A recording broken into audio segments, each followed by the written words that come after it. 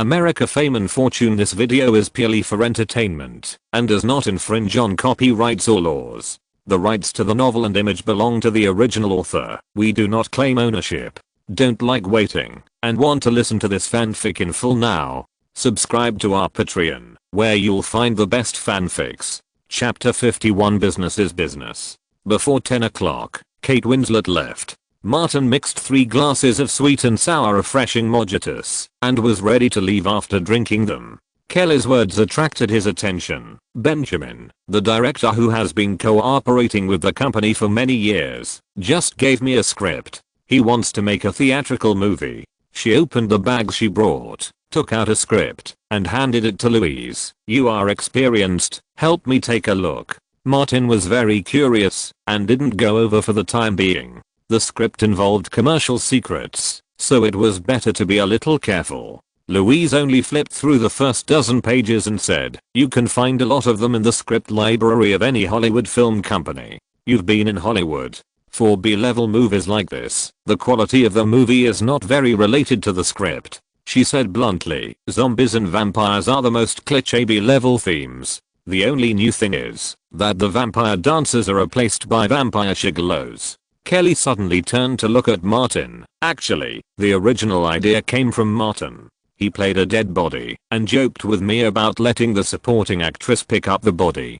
I mentioned it to Benjamin casually, and Benjamin wrote this script based on Martin's real experience of working in a gigolo club.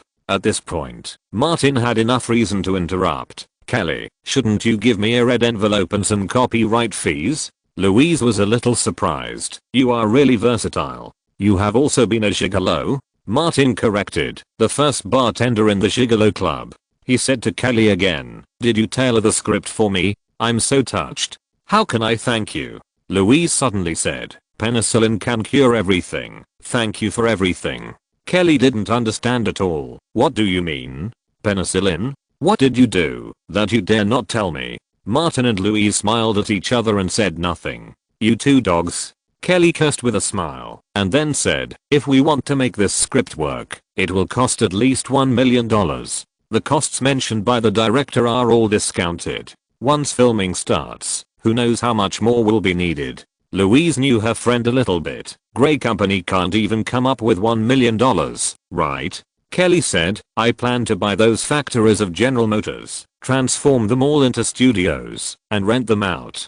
Given the current situation in the automotive industry, General Motors can't start the ATL production center. The factory area is close to a large cemetery, and the land is not very valuable." The promotion to vice president gave Kelly confidence. "The preferential film and television policies introduced by Georgia can attract your crew, and will also attract other crews in the future. Atlanta does not have a professional filming base. I'm communicating with the city hall and the state government through the Freedom Association. And by the way, I will ask for a subsidy for the construction of a film and television base." Louise agreed. "You are right. Many Hollywood companies are attracted by Georgia's tax breaks. Grey Company can provide supporting services and they are happy to cooperate." "Kelly, you are a rookie in making movies, but I'm not as good as you in business." Kelly picked up the script. "If my capital chain goes wrong, not only will the plan be seriously affected, but the company will even go bankrupt." Martin looked at Kelly. This woman is not a naive person. He was able to grab her to climb up because she saw that she was worth using as a gun. Kelly held the wine glass and leaned on Louise. "Go to Hollywood. Please spread the news for me." Louise, the female pervert, pinched Kelly's chin and looked at the mirror opposite. "If I don't help you, who else can I help? We are now in the same mirror." Martin spread his hands. "Please use civilized language." Kelly smiled. From the moment she tasted the paper airplane, she wanted to treat Martin as a gun. This gun is more useful than she thought. Martin also guessed this, but he got what he wanted. This three-party transaction is currently a win-win for everyone. Louise saw Kelly put away the script. "Are you really giving up?" Kelly replied, "Unless there is sufficient funding." Louise said to Martin, "Man, you can even make a kettle. Come up with a solution for Kelly." Martin asked back, "I have an idea. Do you dare to use it?" "Go ahead." Kelly didn't count on him and just thought it was a joke. Martin was not talking nonsense. Kelly, you are. Let me think about it. Yes, you are Wendy Deng, Murdoch's wife Wendy Deng. And then you call those who want to be famous, saying that there is a movie project that needs a male lead, and you happen to see his performance, and praised him as a genius. You want to get involved, and quickly transfer money. Kelly frowned. Such a low-level scam. Martin shrugged. You can't expect me to commit financial scams. I have never been involved in them. You two beauties, I'm just a small figure. Louise said, it is possible to succeed, but you must pretend to be a heavyweight. If the scam is successful, the FBI will come to your door soon. Kelly could think of the consequences, whether it is Wendy Deng or Kathleen Kennedy, the other party will inevitably put pressure on the FBI, and then I'm finished. She said casually, I would rather learn from Hollywood and cooperate with money laundering. Louise couldn't help laughing. Can you handle it? Kelly was confident. I couldn't do it before, but after the kettle, as long as it doesn't involve powerful people in Atlanta, I can handle it. Even in the new century, money laundering and shady dealings are still the norm in this industry, and Kelly and Louise don't take it seriously. Martin poured himself another glass of wine, sat on the chair, and sipped it slowly.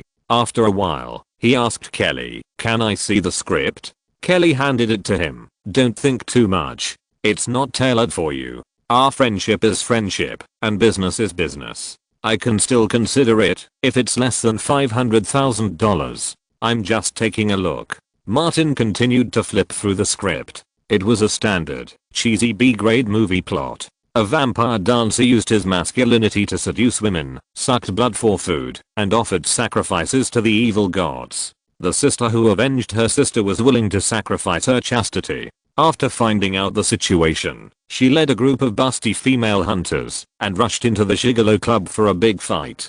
The most important roles were played by the heroine and the big boss of the vampire dancer. Martin had contacted many crews, and based on the script, he roughly estimated that it would be difficult to get $500,000 just for the costumes, makeup, and action stunts. West Street, Black Bar. In the big private room on the second floor, Lynn was lying on the sofa, in a strange state, feeling dizzy and not knowing why. Adam Smith and Ward saw the dozen pages of copies of the script he brought. Ward said, this vampire dancer is tailor-made for you. Adam Smith closed the script and picked up the information next to it. Martin Davis has been in the Gigolo Club. Lynn just mentioned that Benjamin used Martin as the prototype for the script. He was very excited, the leading actor of the theater movie. Ward found out about Martin's various public information, such as living in the Clayton community, working part-time as an extra at the age of 16, working as a maintenance worker, owning loan sharks, working as a bartender in the Beast House, and joining the ATL Freedom Club by chance. The door of the private room was opened from the outside, and the owner Boyd and the Latin assistant Diego came in together. How is it, Adam? Boyd habitually reached into his crotch. Are the new goods I gave you good enough? Adam pointed at Lynn. They are all good stuff. Look at him. He enjoys it. Boyd sat next to Adam. I heard from Ward that you have encountered some troubles. Adam signaled the information with his eyes. A bastard named Martin Davis is trying to steal my job. Where have I heard of this damn name? Boyd couldn't remember and said, you can't lose your fucking job. You can help me get in touch with those damn upper middle class people and sell the goods at a high price. At this point, he suddenly remembered, the bartender at the Beast House opposite, isn't he called Martin Davis? Adam said, the bastard Martin does have a part-time job opposite. Boyd stood up and took out a gun from his crotch. I'm going to kill him. There is news that the Beast House is stealing customers. It's all this bastard's idea. Diego quickly reached out and grabbed Boyd. No, don't. Boyd said, he's just a poor boy from the slums. Diego grabbed the gun and handed the information to Boyd. Boyd looked down and was dazzled by the long paragraph of text. I can't fucking understand it. Martin Davis is the official social investigator of the ATL Freedom Society and has received the Freedom Society's Special Honor Certificate. Diego has a clearer understanding of the social situation. The Freedom Society is making so much trouble now. If they really want to kill Martin Davis, will they ignore it? Boyd was impulsive, but his head was not dizzy. We are fucking black. No, you are not. You are not fucking either. He gently tapped Adam's forehead. Man, make sure you don't do that damn job and let me see that you are worthless. After Digo and Boyert left, Adam Smith and Ward were frowning. The two discussed for a while, and Adam Smith suddenly remembered the entertainment news he had seen at the beginning of the year. Robert Downey Jr. was released from prison last year. Chapter 50. To the industry is too competitive. The Ford drove into the parking lot. Martin locked the car door and walked towards the studio. In the huge automobile production center, only the factory building converted into a studio was crowded. Robert was carrying a basket of potatoes to the dining car. Seeing that he was struggling, Martin quickened his pace to help. Ha ha, I'm so tired. Robert panted. After putting the potatoes away, Martin brought 2 bottles of water and stuffed one into his hand. Why are you alone? Robert said, Mary Jane is here, and the crew has set aside time for a group photo, and they all went. He gestured at his face. I have a big face, so I'm not interested in big faces. Hearing the word big, Martin suddenly thought of old Bob and asked, is her back big? Robert was curious. You like big backs? You should go find Kate Winslet. Martin said, man, you still see clearly. By the way, I reminded Rosa. Robert felt that the polite introduction of Martin that day was the root cause. I told her you have a girlfriend. He didn't eat dinner that day. On the way, Rosa kept asking Robert, an old background artist, how could he not understand what she meant? So he found an excuse and left quickly. Martin walked towards a Macu trailer. Thank you. The crew had not yet entered the working state, and there was no one around. Martin knocked gently on the trailer door, and Kate Winslet's assistant opened the door. Penny, I'm looking for Kate, he said. Kate Winslet's voice came out, let Martin in. Martin got on the trailer and saw Kate sitting on a chair reading a newspaper. He said, a friend of mine is a die-hard fan of yours and wants an autographed photo. Kate smiled and said, you choose it yourself. Starting from Ruth, this has become the norm. She will bring some when she goes out. Penny brought a photo album and let Martin choose it himself. Martin flipped through 2 pages and found a photo of Kate with her hands on the table and her upper body leaning forward. He said, this is it. Kate took it and signed it quickly. Thank you. When you are free, I will buy you a drink. Martin put away the photo and planned to give it to old Boo. Kate asked, I heard from Louise that you can make a cocktail that expands and impacts first and then has rich and beautiful flavors. Martin didn't understand whether she was talking about wine or something else, so he could only respond, the recipe that Louise and I tried together. Kate was looking forward to it. I will try it when I'm free one day. Martin just came out of the trailer and saw Robert's big head again. The guy was carrying 2 large bags of discarded beverage bottles, and it was quite laborious for him to walk. He shouted, Martin, help me. Martin went over to take a bag and asked, where are you going? Shh. Robert looked around and lowered his voice. The crew doesn't want these things. I kept them and hid them, and I can exchange them for money later. Martin had just escaped from extreme poverty and knew that the poor had a hard life. He suddenly realized, so, you are doing odd jobs in the crew, specifically looking after food and beverages? Robert reminded in a low voice, don't talk nonsense, walk lightly, and move quickly. If other extras see you, I won't be able to do this business. Martin finally understood. Last time when Marzen was in the crew, Robert took the initiative to move the beverages, and it was still the same now. The automobile production center was very empty, but there were not many places to hide things. Most of the factory buildings were locked, and only one door was broken. The crew thoughtfully left time for group photos, and many people ran to see Mary Jane. Rosa also wanted to go, but was stopped by Adam Smith. This was someone Adam Smith specially selected. The two had met before, and he knew what kind of person the other person was. Can I take a few minutes of your time to talk? Adam Smith, with blonde hair and blue eyes, had a sunny face. Rosa stopped and said, I don't have anything to talk to you about. Adam Smith took out a notebook from his backpack and threw it to her. Take a look. Rosa didn't understand what was going on, so she flipped through the script and saw a dozen pages of scripts with Benjamin Calvin's signature on them. What do you mean? Adam Smith said, Grey Company's new play. Director Benjamin is going to shoot a theater movie. I'm the male lead, and the boss gave me part of the script. You should know that I'm the first choice for the male leading Grey Company's late night play. If you like, I can recommend you to play the supporting actress. Rosa roughly flipped through the script, returned it to Adam, and said directly, "Where are you going? Lead the way." There were too many people here, and it was not a place to talk. Adam Smith chose a small path between two factory rooms and turned in. There was no one behind the corner, only the whistling sound of the broken glass of the factory building blown by the wind. There was also the sound of cans and plastic bottles rolling. Rosa turned around, unbuckled her belt without saying anything, pointed at her head and legs, and asked, "First up, then down." Adam Smith asked Rosa to pull up her pants quickly. "Now is not the time. Let's not talk about this. What do you want?" Rosa didn't believe that Adam Smith gave her this gift for free. Adam Smith didn't say it directly, but asked, "Martin Davis rejected your kindness, right?" Rosa's actions in the past few days were not secretive. She did not deny it. "He has a girlfriend." Adam Smith patted the script in his hand and used his ultimate move, a supporting actress in a theater movie. "What do you want me to do?" Rosa wanted to see if the transaction was equal. Adam Smith said, "Find a chance to get a cup or bottle used by Martin Davis." Rosa said, "You can get it yourself."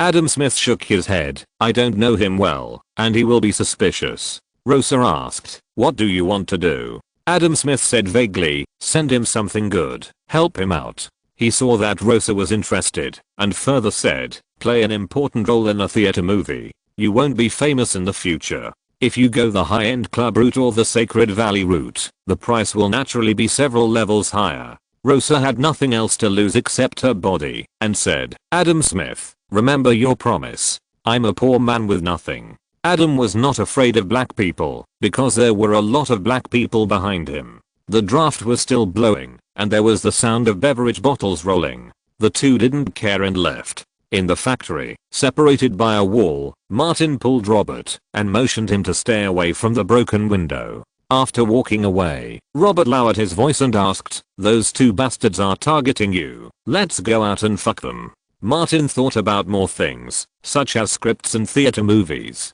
It was not difficult for him to associate it with the script in Kelly's hand. The industry is too complicated. The project hasn't even started yet, and the bastard has started to eliminate potential threats. Martin said slowly, "We exposed this time. Will he do it next time? You know Kelly. Use high-end resources for such a rotten thing." Martin shook his head. "If you use it this time, it won't be useful next time." Robert is an old background artist and has seen a lot of things. He said, "Man, you don't have a big head, but you blocked Adam Smith's way. He blocked my way too." Martin muttered to himself and asked, "What do you do with the bottles or cups I used?" Robert has seen a lot of movies. There are your biological samples on it. He goes to kill someone and brings it to the scene to frame you. Martin looked at his big head. "I understand why your head is so big, because there is an extra black hole." This made Robert stunned. "It's all my lucky stars." Martin had thought about it, took out his cell phone, and called a professional. "Old Bruce, I'm in trouble, and I need your help. I'm not free." "Don't worry, there's something good this time." Martin quickly told the story again. Bruce said, "Good deal. Wait for me to come over, find a secret place, and we'll meet." Seeing Martin put away his cell phone, Robert asked, "Did you call the police?" "Calling the police is useless." Martin said, "I asked a scavenger to come." While waiting, he pondered, especially the bad things in the entertainment industry, and suddenly thought of one thing. How did the big piece of shit get in? Bruce came quickly, and Martin met him in a cemetery near the production center, and told him his guess. "It may be very big, we'll wait for the opportunity." Bruce said, "Help me get a pass that can enter and exit the crew normally. This matter is too easy to handle." Martin found and drew to easily handle it. Chapter 53 Coke Lucky Star. The sun rose, and the temperature gradually rose. The actors in the makeup room waited for a long time, and they were restless. Wood looked at the studio. "Can she do it?" Adam Smith unbuttoned 2 buttons of his shirt and said, "She is an ambitious person." Someone nearby shouted, "Ice Coke is here."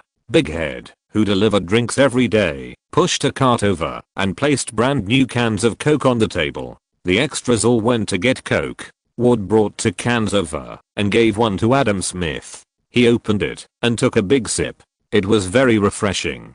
Big Head reminded, don't litter. Put the cans back to where they were when you finished drinking. The extras were used to it. This guy always took away the bottles and cans. After drinking the Coke, put the cans back. Robert put on gloves and put them in the net bag. Ward and Adam Smith went over, put down the cans and left. Robert took away the other cans first, then took out a new net bag and carefully put away these 2. He pushed the cart back and turned to the back of a car. Bruce was leaning against the car and asked, did you get it? Robert handed over 2 cans. What are you going to do? Bruce said, don't worry, I'm a civilized person. Robert nodded, don't get me into trouble. Bruce pointed to a Macu trailer. Martin is going to the studio. Go ahead. He encouraged Robert, don't worry, I'll cover you from behind. There are dozens of brothers outside the studio. They will rush in as soon as I call them. Robert went to the dining car, brought new Coke, picked up an empty can, and followed Martin into the studio from a distance.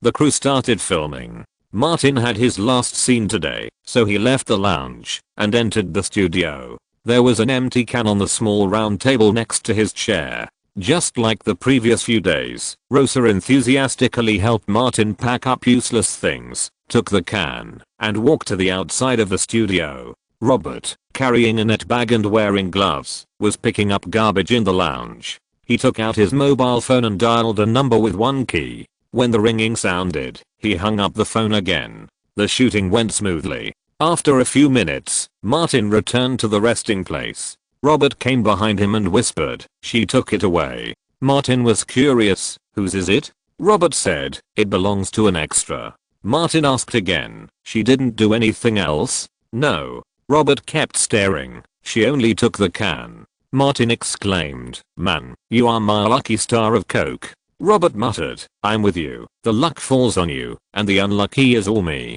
Martin smiled, don't worry, people can't be unlucky forever. On the other side, Rosa came out of the studio and saw Adam Smith. She handed over the can in a paper bag. Don't forget your promise. You wait for good news. Adam Smith left quickly and met Ward in a secluded place. The latter put on gloves, carefully opened the top of the can, and stuffed the plastic bag inside. All the good stuff we brought. Give it to him. Adam Smith smiled. He was caught red-handed, and there are his biological samples on the outer packaging. I can imagine what happened to him. Ward packed up and walked towards the parking lot. Adam Smith kept a long distance from him, looking around as he walked. Bruce saw everything in a car in the parking lot and frowned. Martin, that stinking piece of shit, how can he be a civilized person after entering this industry? He realized something was wrong. Stinking shit is a perfect match for this rotten industry. Not long after, the 2 men came out of the parking lot and returned to the set to work.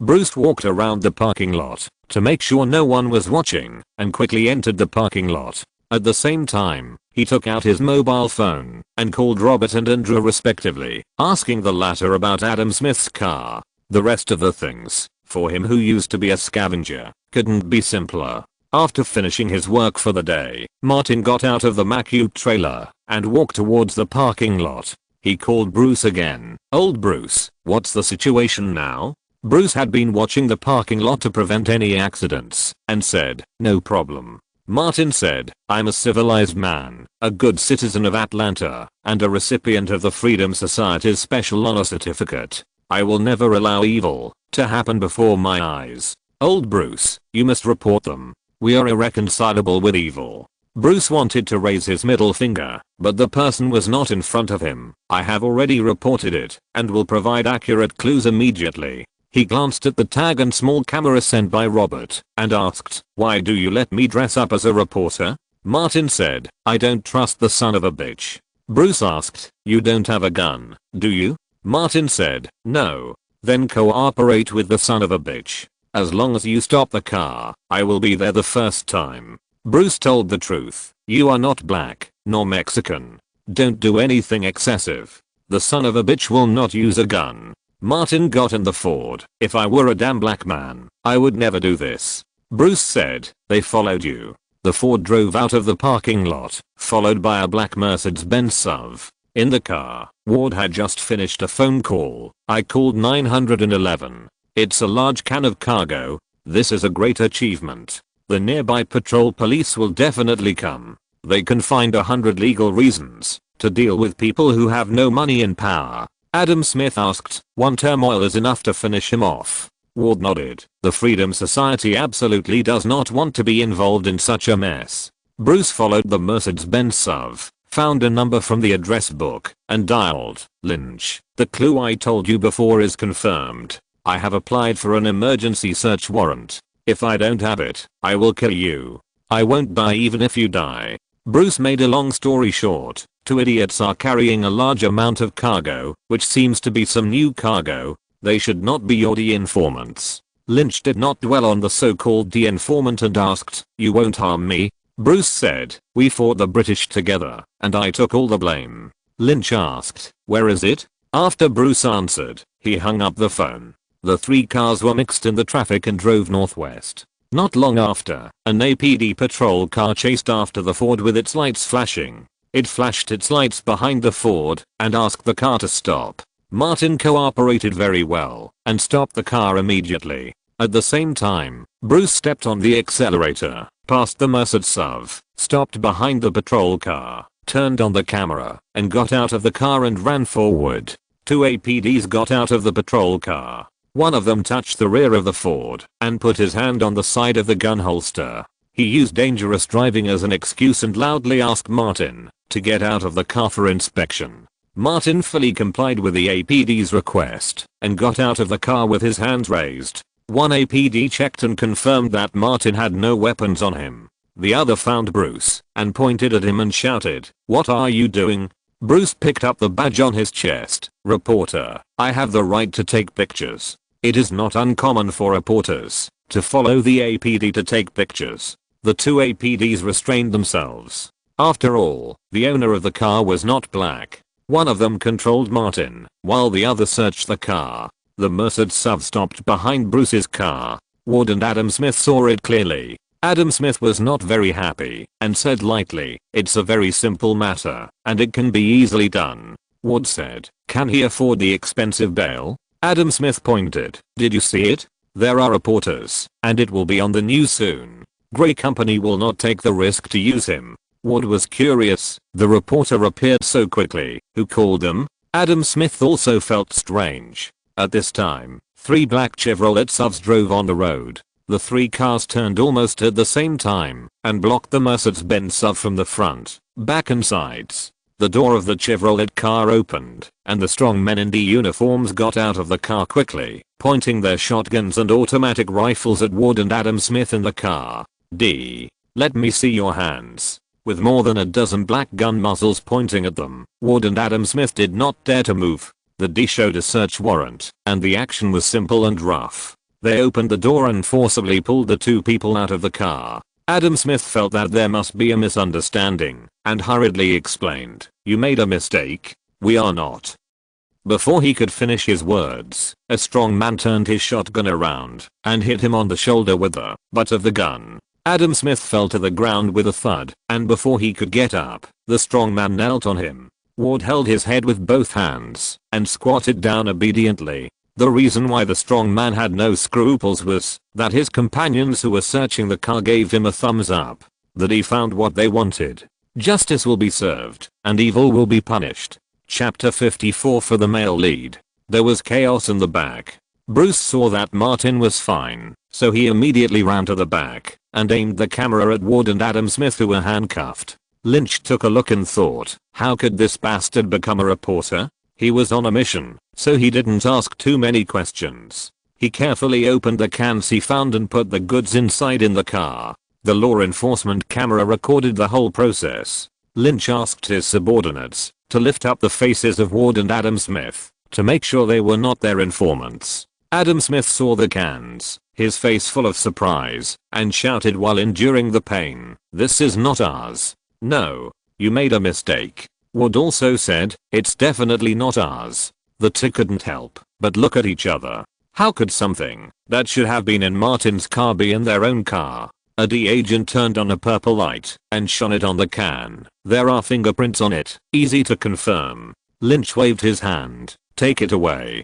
Bruce suddenly had an idea and asked loudly, Agent, what happened? Lynch wanted to give him a middle finger, but for the sake of the past, he replied, traffickers, caught red-handed. Bruce pointed his camera at Ward and Adam Smith. Although his technique was not good, it was no problem to take a picture of their appearance. On the other side, the two APDs found nothing and had to let Martin go. Martin said a few polite words about reserving complaints and prosecutions, got in the car and left. Half an hour later, Martin and Bruce met in a parking lot. Bruce handed the camera to Martin, who took it and looked at the content of the video. I'll call you later. Just as he was about to leave, he suddenly remembered and took out Kate Winslet's autographed photo and handed it to Bruce. Old Bruce, I owe you a shitty debt. Bruce took it and looked at it. His face was full of smiles, and he kissed a certain part of the photo hard. This is the first time I see you actively repaying a debt.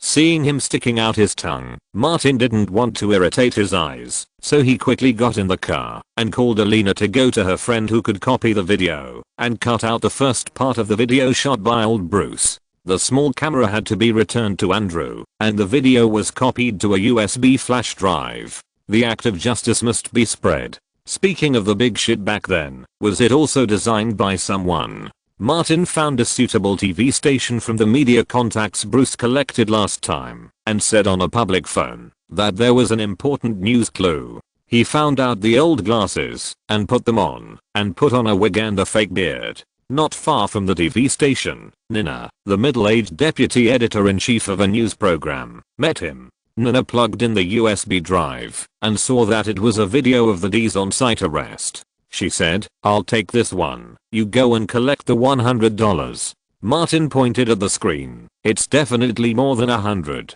Look, the quantity of seized goods is a lot, and the D has dispatched more than a dozen agents. It's definitely a big operation.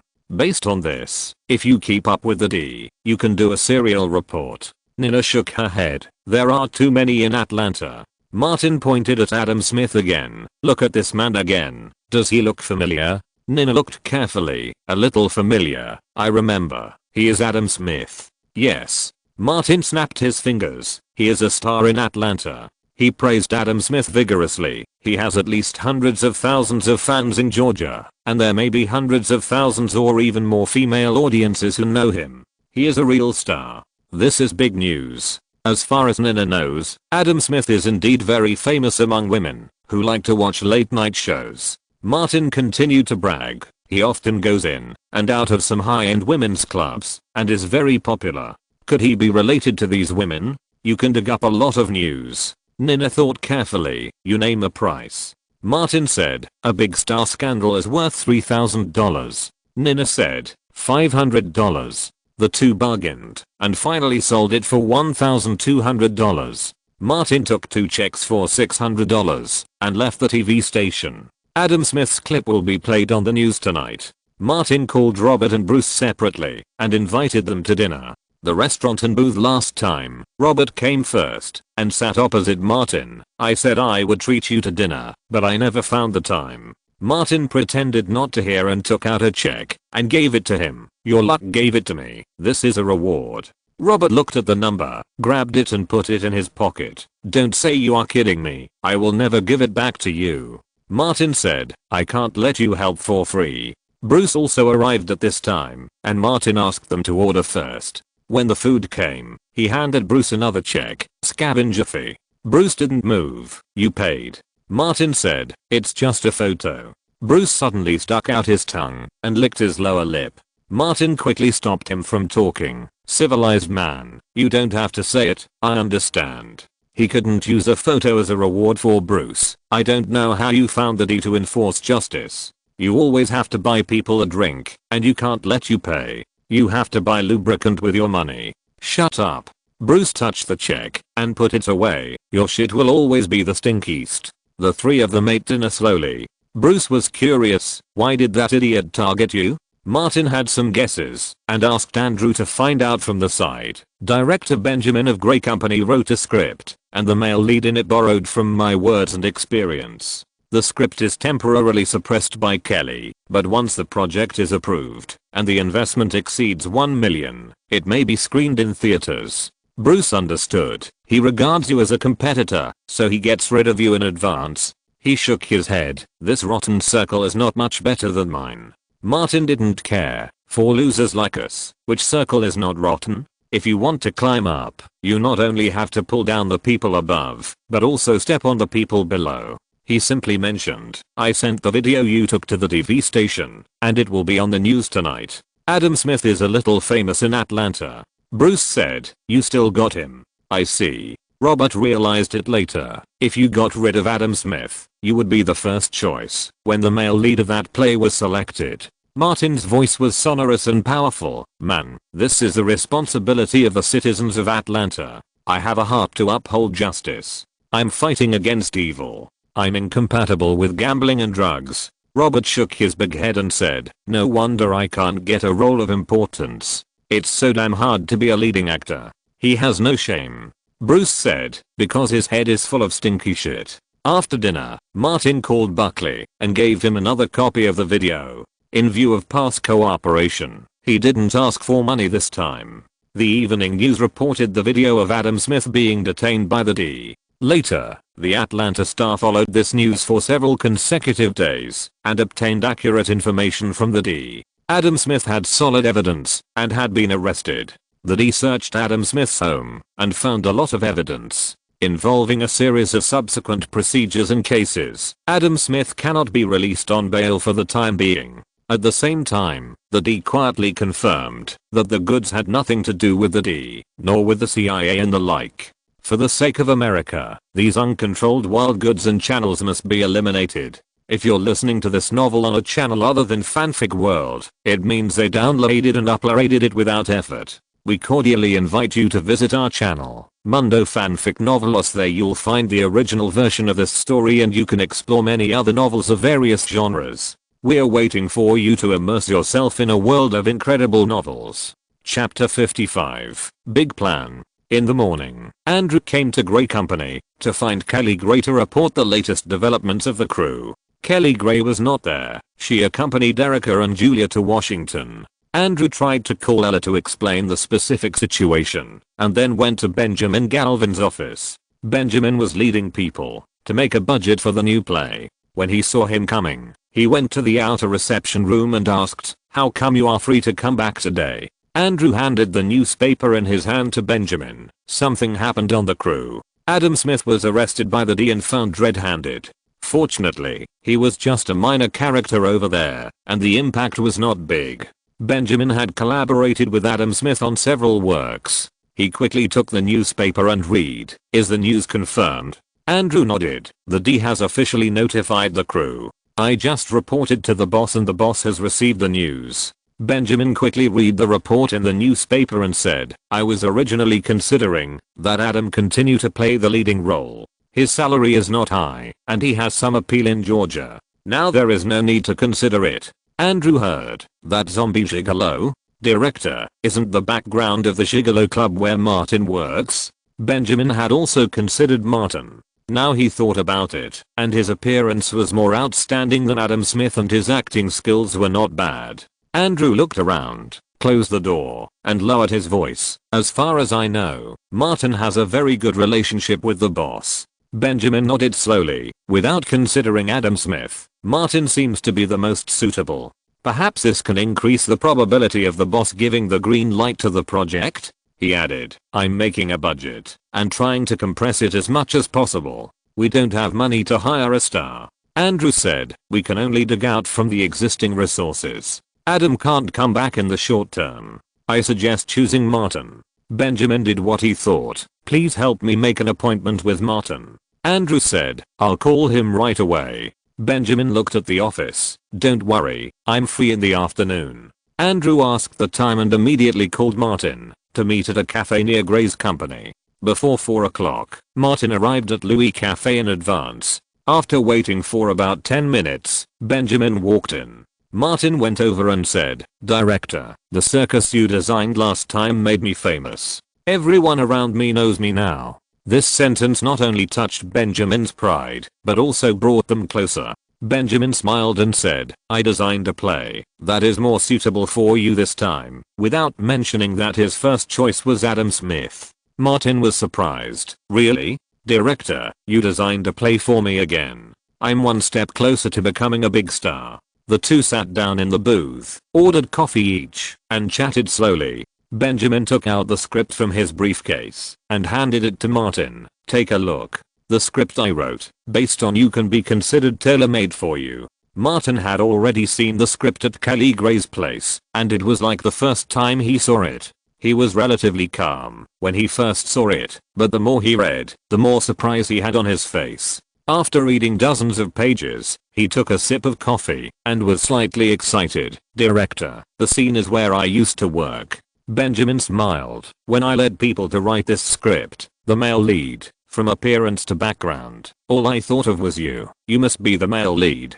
Martin asked, when will the company start filming? Benjamin asked, didn't you hear Kelly mention this project? She hasn't given the green light yet. Martin tapped his head. A few nights ago, Kelly and I had a drink together. She mentioned a script, but she didn't say anything specific. She just said that the investment was too high and needed to be carefully considered. Benjamin immediately grasped the key point in Martin's words. Let's drink together in the evening. Where to drink? How to drink? He pondered in his heart and said, I and many people in the company are working hard to promote this project. Compared with the previous late night dramas, the investment is indeed a bit high, but our goal is to push the film into theaters. Show it in theaters throughout Georgia and even the United States. Martin put on an expression of careful thinking. Benjamin encouraged, you are the absolute leading actor. Do you want to join in early and promote this project together? Of course I want to. Martin quietly changed the direction. That night, Kelly mentioned the script and said that the biggest problem is still funding. He asked Benjamin, Director, how much money do you need? Benjamin hesitated and said, $1 million at least. Martin automatically added $500,000 and asked, Director, can you get other investments? Benjamin shook his head. I have been cooperating with Gray Company. Atlanta's film and television industry has just started. It is not easy to find investors. Martin thought for a while and said, Kelly went to Washington. I will ask her when she comes back. This matter can be consulted by professionals first. After Benjamin left, Martin called Louise Mayer, who was preparing to send Kate Winslet. The latter had something urgent to do at home and had to leave Atlanta first. Louise deliberately asked, are you coming? This is your last chance. Of course Martin had to go. I'm a civilized person. Kate got married last month. Good people like me never destroy other people's families. Before going to the airport, he went to the souvenir shop and bought a crystal Atlanta peach. Atlanta is nicknamed Peach City. Martin knows the importance of connections. Kate Winslet just got married for the second time in May. Her husband is Sam Mendes, a director who has won an Oscar. More than half an hour later, Martin waited for Kate Winslet and Louise Mayer at the international airport. In the VIP room, Kate gently hugged Martin. Thank you for coming to see me off. I like your gift very much. The artificial crystal peach in the transparent box is very beautiful, and there is a line of words engraved on the base, for my beloved Ruth Dawson. Signed by Martin Davis. According to Louise, Kate said that she didn't care about the performance of Titanic and only wanted to pursue artistic achievements, but in her heart she regarded it as the proudest thing in her life. Kate sincerely invited, when you come to London, you must visit my home.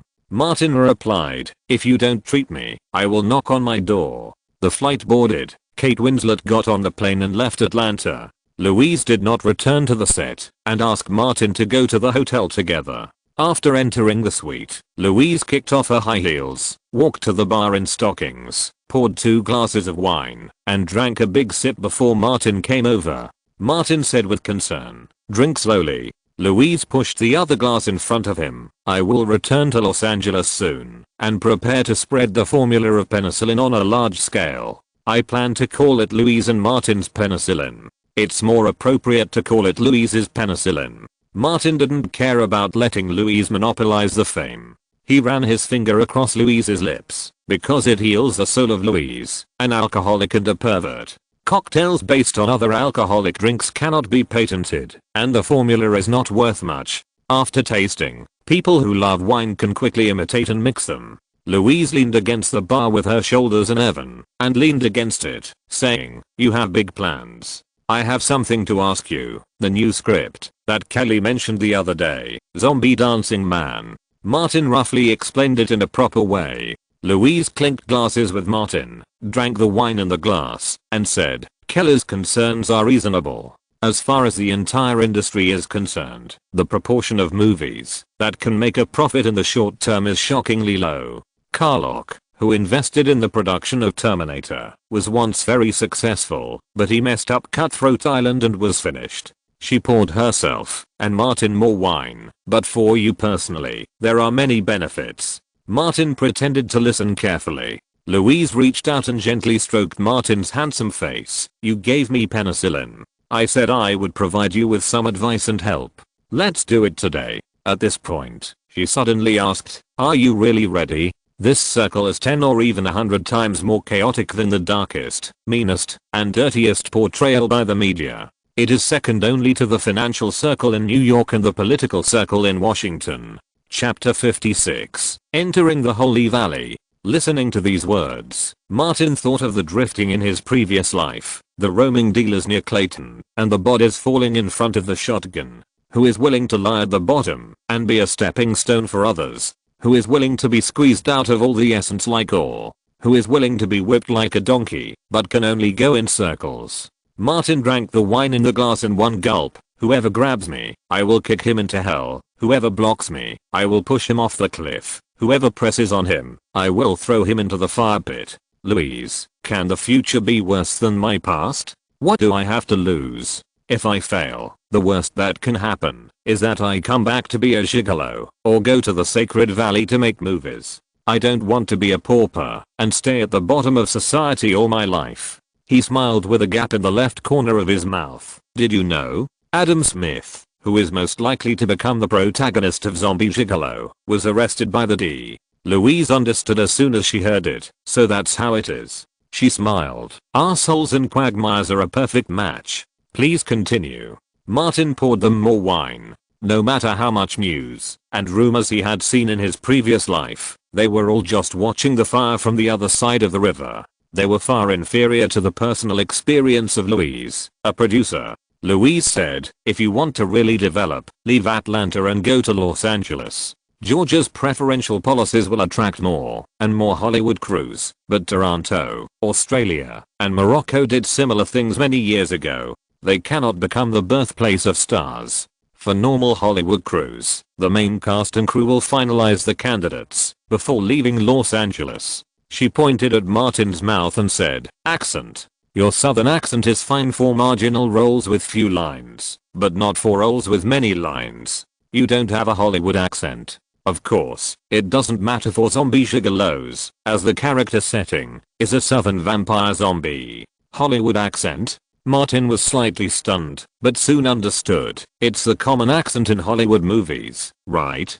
Louise reminded. "Correct yourself on a daily basis and find a professional teacher for guidance. I haven't found any professional training institutions in Atlanta. You should learn both Hollywood accents and British accents to increase your core competitiveness." The opinions of such professionals are so valuable that Martin kept them all in mind. "I'm going to the Atlanta branch of the Savannah Institute of the Arts tomorrow." Louise added, "The important thing is, don't hesitate when you see an opportunity. Don't care whether the means are despicable or you are shameless. Winning is the most important thing. If you win, everyone will call everything in the past inspirational. If you lose, no one will care that you are upright." Martin suddenly said, "Can I use some means on you?" "What?" Louise, the alcoholic and pervert, looked down unconsciously. Martin picked up the wine glass. "To add to the atmosphere, my genius brain has come up with several new ideas for cocktails." Louise gritted her teeth. "You are such a bastard.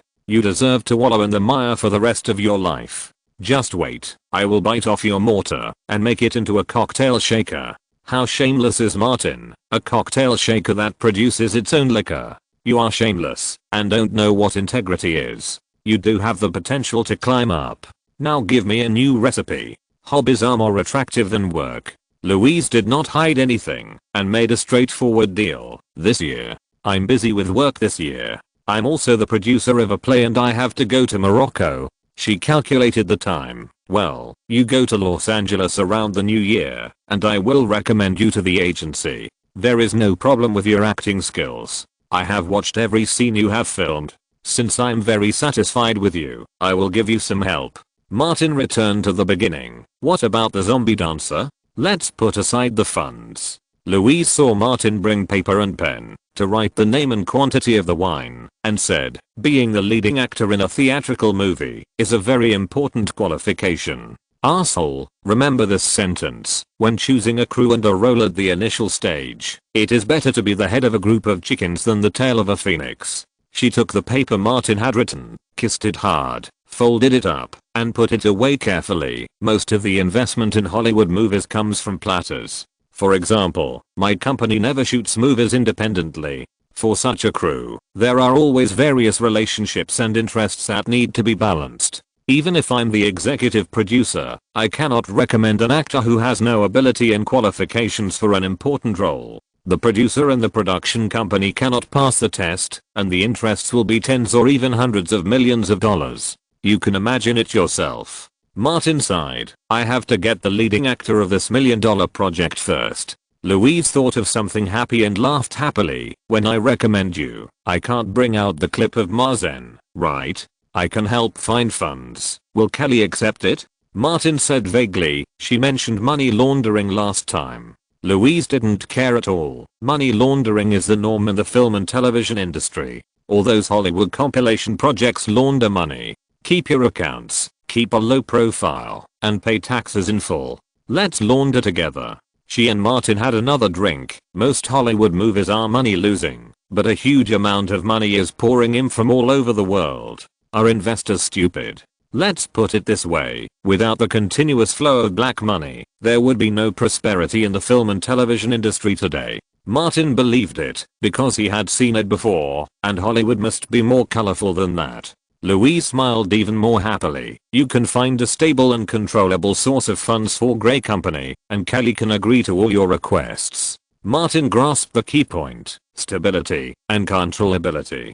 He said no more, and clinked glasses with Louise. You are almost the same. Louise was proud. I'm from Hollywood. She looked directly at Martin. Just cocktails are not enough. I also need penicillin. In the sunset, West Street is bustling with people. There are long queues in front of the Beast House and the Black Bar. Most male customers will go to the Black Bar for a drink first, and then after 10 o'clock, they will go to the opposite side to pick up people. The bar hasn't opened yet. Boyd is supervising his men moving the wine, and suddenly he received a call. He pointed at Diego, then turned to the warehouse and asked, "What's the matter with that idiot Adam Smith?" The other side only said 2 words, "Go away." Hearing the sound of the phone being hung up, Boyd touched his crotch, took out his gun, and without notifying his men, he went into the warehouse, opened a secret door, went in and closed it from the inside, picked up the flashlight prepared on the side, and crawled forward with his back bent.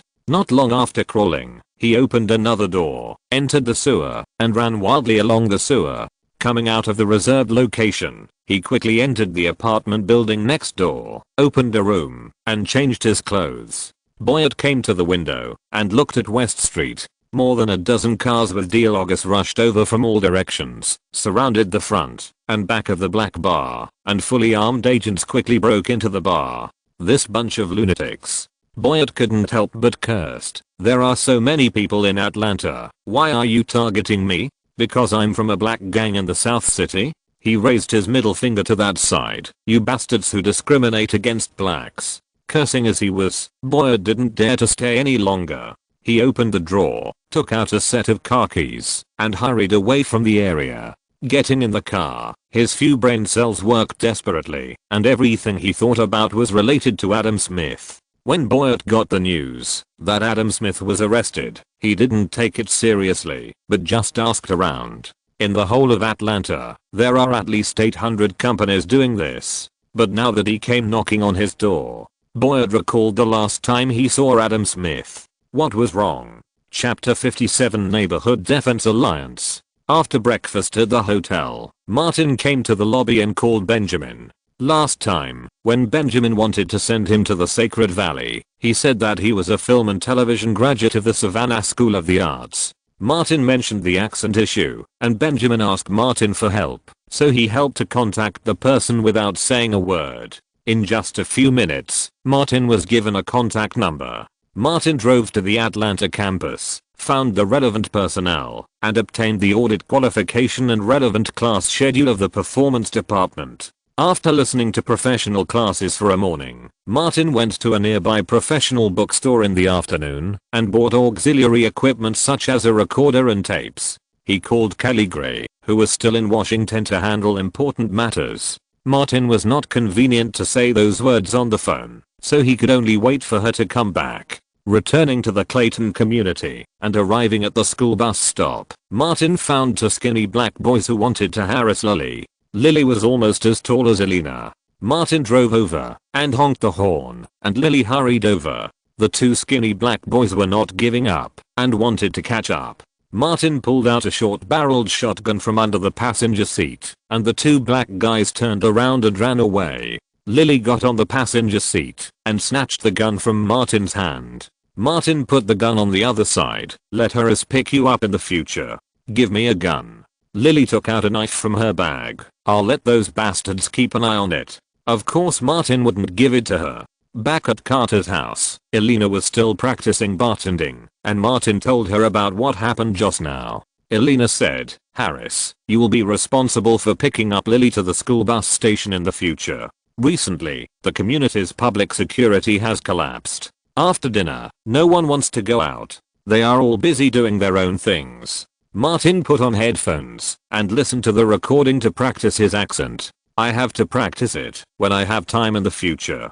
This is a long-term process. As the night deepened, a black business car approached Clayton. Scott Carter lay on the seat in a weird posture, looking out the window from time to time. All the street lights outside were broken, and it was pitch black. With the help of the moonlight, he saw two black people running out of the entrance of a small alley and robbing a poor guy. The car drove out a short distance and just stopped when the driver shouted, "We're here, get out." Scott got out of the car with his legs moved. Even though he had taken 2 painkillers in advance, it still hurt, so he could only move forward with his legs spread wide.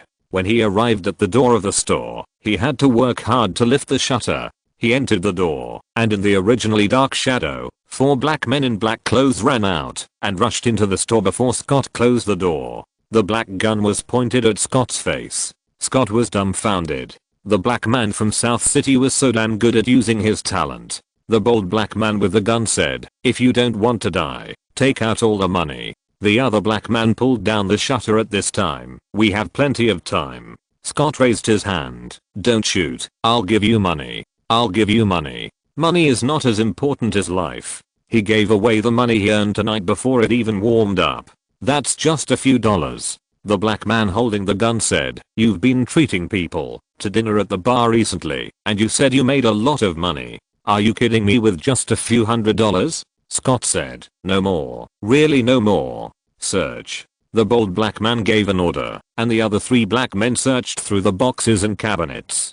The night was long, and the black men had long been eyeing Scott and searched every corner of the grocery store. With the muzzle of the gun against his head, Scott didn't dare to move at all. The grocery store was not big, and the black men quickly found several wine boxes filled with bills of various denominations. Scott trembled all over, but he could do nothing. The black men opened the shutter door and disappeared into the night. Scott didn't even dare to call the police, because there were too many stolen goods in his store, whose sources were unclear. My money. My money. Scott's legs were weak, and he sat on the ground. Then he jumped up again. My butt. In the morning, at Carter's house, 5 people ate breakfast around the coffee table. Martin looked at Harris, who had removed the plaster. "How did you do on the SAT?" Harris knew that Martin didn't know the specific scores, and said, "You did very well, but your social practice is relatively poor. You will have a better chance of success if you apply to a public university."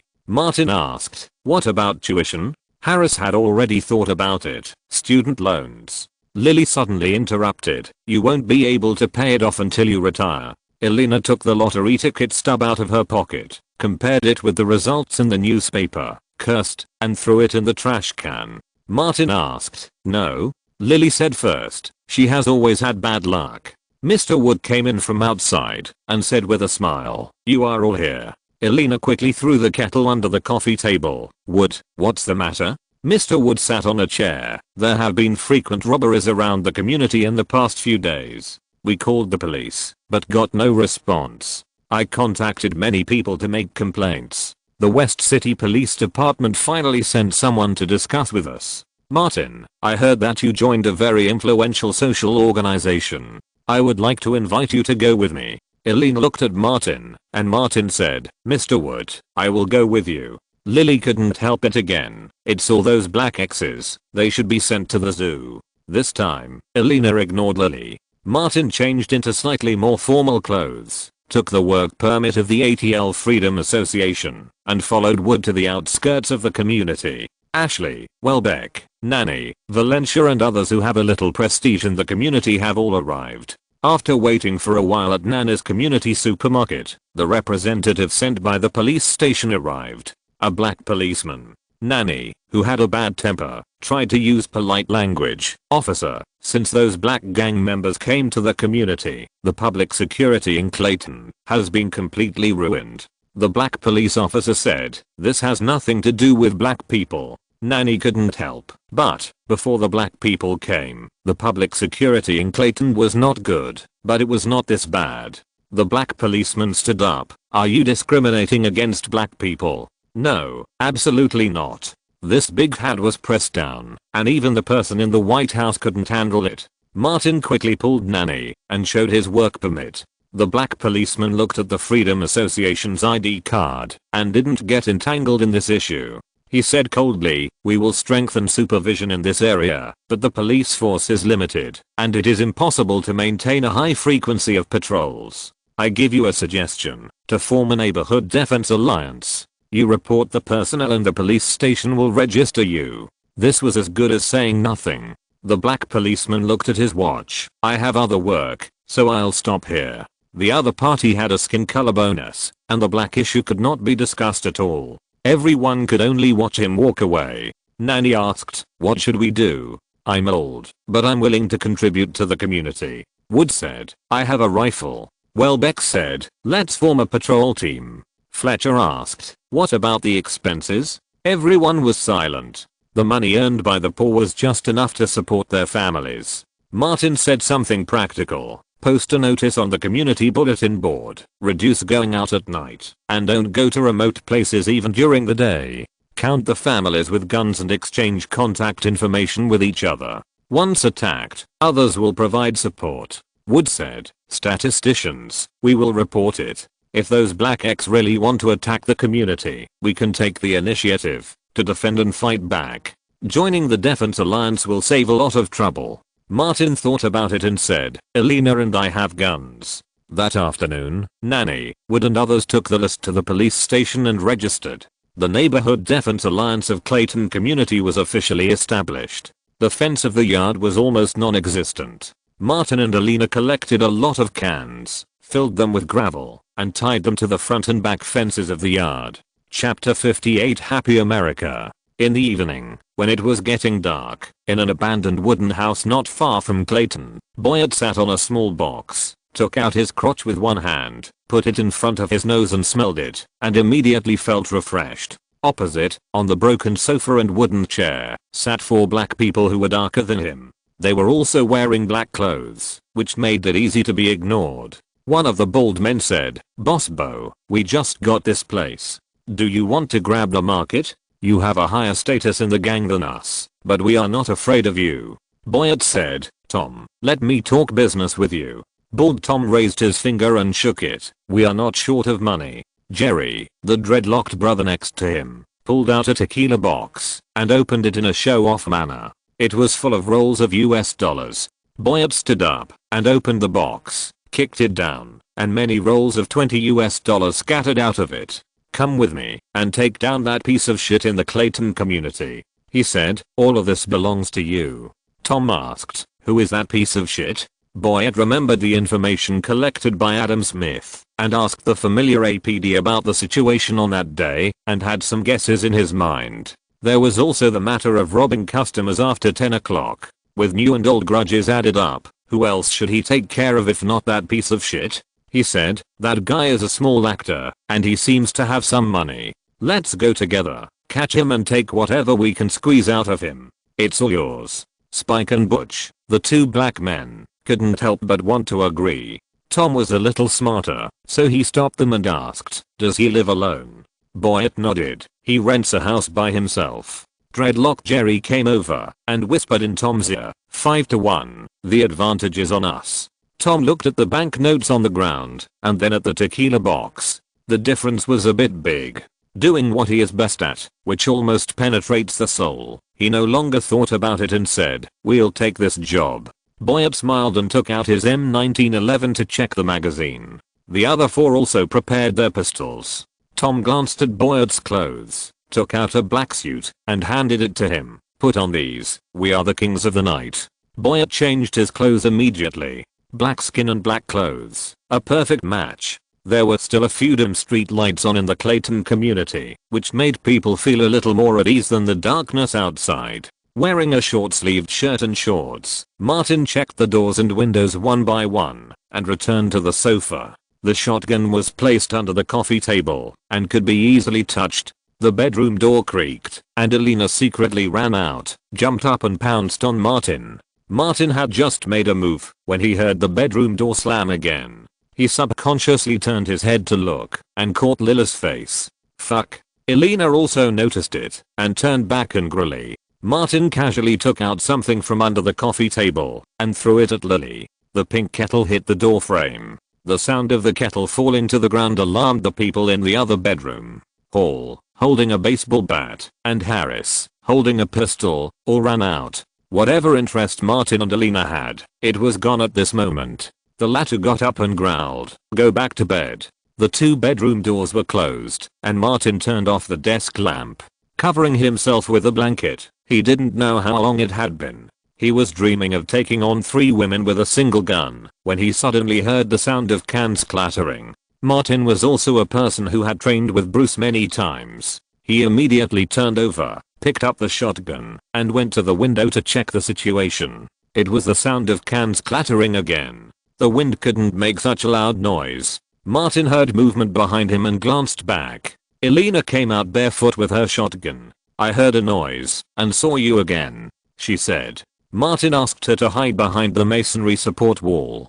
He looked out. The street lamp was a little far away. It was pitch black outside, and he couldn't see anything. Elena felt a chill, and couldn't help asking, "Did James crawl out?" Martin heard voices faintly, and was about to distinguish them carefully when a scream suddenly sounded. Then he heard a familiar curse, "Who dug the trap?" and put nails. The trap was of course dug by Hall. Martin decided to scare away the people over there and shouted, "Who are you? Get out of here. I have a gun." Before he finished speaking, he heard gunshots and subconsciously shrank his neck. The people outside fired shots after hearing the sound. In the dark night, who knows where the bullets flew? "That's that bastard." The familiar voice shouted again, "I've seen his late night dramas." That was his voice just now. Martin looked around. It was pitch black outside, and he didn't know where the person was. He raised his shotgun and fired a shot from the open window according to the direction of the sound. Bang! The gunshot completely broke the tranquility of the night. "Fuck. Kill that bastard." A burst of random gunshots rang out, but fortunately they were all pistols. Elena also fired a shot from another window, and the bullet flew into the sky. Martin shouted at her, "Don't show your head.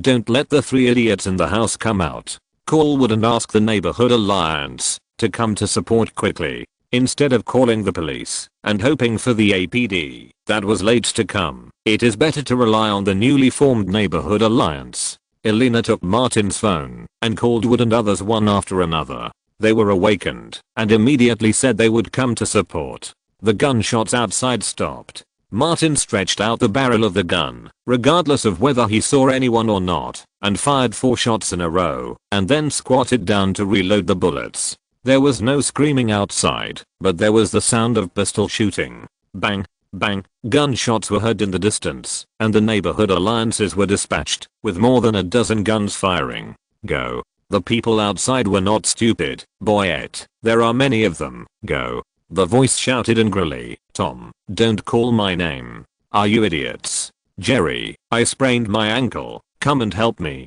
The sound of cans clattered again, and Martin fired again, firing 5 bullets in a row. Ah. My butt. Martin was lucky, and the shotgun hit one. More gunshots came, and someone outside shouted again. Go. Don't worry about Boyette. His butt is broken. He can't run away. Martin reloaded his gun, and waved to the 3 idiots who opened the door to peek. Go back. Don't come out to die. Harris asked his younger brother and sister to go back to their rooms quickly, and he held the pistol tightly and guarded the doors of the 2 bedrooms. The sound of car engines was heard outside, and the headlights of many cars illuminated the road in front of the door. Nana's loud voice rang out. Martin, Elena, you 2 dogs are alive, right? Martin, to be on the safe side, did not show his head, and shouted back, we are fine. I think I shot a son of a bitch. Valencia shouted excitedly, look, there is a black X with a broken butt. Martin, you shot his back door with a bullet. Martin boasted, my shooting skills, 1 against 2, 1 against 3, it's a piece of cake. Wood said at this time, come out, it's okay. Martin looked out, opened the door, pointed the gun to the sky, and walked out. Wood reminded, don't run around, protect the scene. He unified the caliber. Old Black attacked the community residents. We were forced to defend ourselves. The others responded loudly. The bad things that happened tonight made them feel threatened personally, and they would be more united in the near future. Wood called the police again, went to see the Old Black, and said, natural protective color, born criminal. Martin came to the fence of the yard, and saw the Old Black groaning in pain. Black skin, black bald head, black clothes. No wonder he couldn't see people. This is a natural advantage. Looking again, Martin found that he knew Boyette, the owner of the black bar. You bunch of rubbish, don't be happy too soon. Boyette's butt was bruised, and he was still threatening, the South City gang will not let you go. Martin turned the butt of the gun and hit Boyette's mouth hard. Fuck you, idiot. Most of Boyette's teeth flew out, and he spoke with a leaky sound. Martin shouted, everyone saw it, he fell down by himself. The others laughed and echoed, yes, he fell down. Chapter 59, hiding for a while. At 10 o'clock in the morning, Martin, Elena, Wood and others came out of the West City police station and gathered at the door. Did I embarrass you? Wood asked. Martin was very calm. We acted in self-defense and are registered members of the Neighborhood Alliance Patrol. He looked around and lowered his voice. Black police officers are a minority after all. Nanny said, Martin, your shot was really accurate. That black, that idiot, don't think about taking a normal shit for the next few months. Martin knew how to get along with these people, and he boasted, if I wasn't too young in 1996, I would have brought back an Olympic shooting gold medal no matter what. Elena said, unless the targets are all butt-shaped. The people from the community laughed. Guys, we didn't sleep well last night because of me. Martin knew how to behave and said loudly, at noon, at Clayton's bar, I'll treat you, plenty of beer. He saw the bar owner, Ray's big business is coming, hurry up and open the door. Nanny gave Martin a thumbs up, you are a nice guy. Martin said to Wood, call those who didn't come to the police station, don't leave any of them behind. Wood took out his cell phone to make a call. The group went to a bar near the community. Martin asked Elena to drive, and he called Old Bull and asked him to come out and drink together. Elena asked, what exactly happened? Martin thought for a moment and said, that bastard came after me. What can I say? It's the after effect of making money. When I was in the Beast House, I won 2 high bonuses. The club's customer flow skyrocketed, affecting the black bar across the street. He is the owner of the black bar and a dealer from South City. Elena said, you promised me not to touch those things. No, I haven't touched them. Drugs and I are incompatible. I just found out that I reported one of his little brothers. Martin roughly described what happened in the past 2 days. There is an important role in Grey Company, and I'm one of the candidates. The guy's worried that I will threaten him and want to frame me. According to Boyd's confession, the idiot has a relationship with the black bar. Elena only said one sentence: the entertainment industry is fucking rotten. Martin held up 3 fingers. Someone told me that there are 3 worst, darkest, and smelliest circles in the United States: Hollywood, New York financial circle, and Washington political circle. Compared with the latter 2, Hollywood can barely rank 3rd. When they arrived at the bar, Ray's had already opened the door, and 20 or 30 people gathered in the bar drinking ordinary dark beer, plus some snacks. Actually doesn't cost much. Martin's move, however, won unanimous applause. Several men sat together and boasted. Dirty jokes were flying everywhere, and some even made fun of Martin and Elena. Elena drank 2 cups and prepared to go back. Martin asked for a few snacks and asked Elena to take them back. Give 1 more to Hall. This idiot dug a good trap. He can trap his own family and the bad guys. Not long after Elena left, Bruce walked into the bar with a tired face. Martin called him over, asked for a beer, and asked, "Are you tired?" Bruce took a big sip of beer and ate a piece of chocolate. "I went to Savannah and just came back this morning." Martin asked casually, "To do something crappy?" Bruce simply said, "There was a problem with a batch of avocados from Mexico, and I went to help.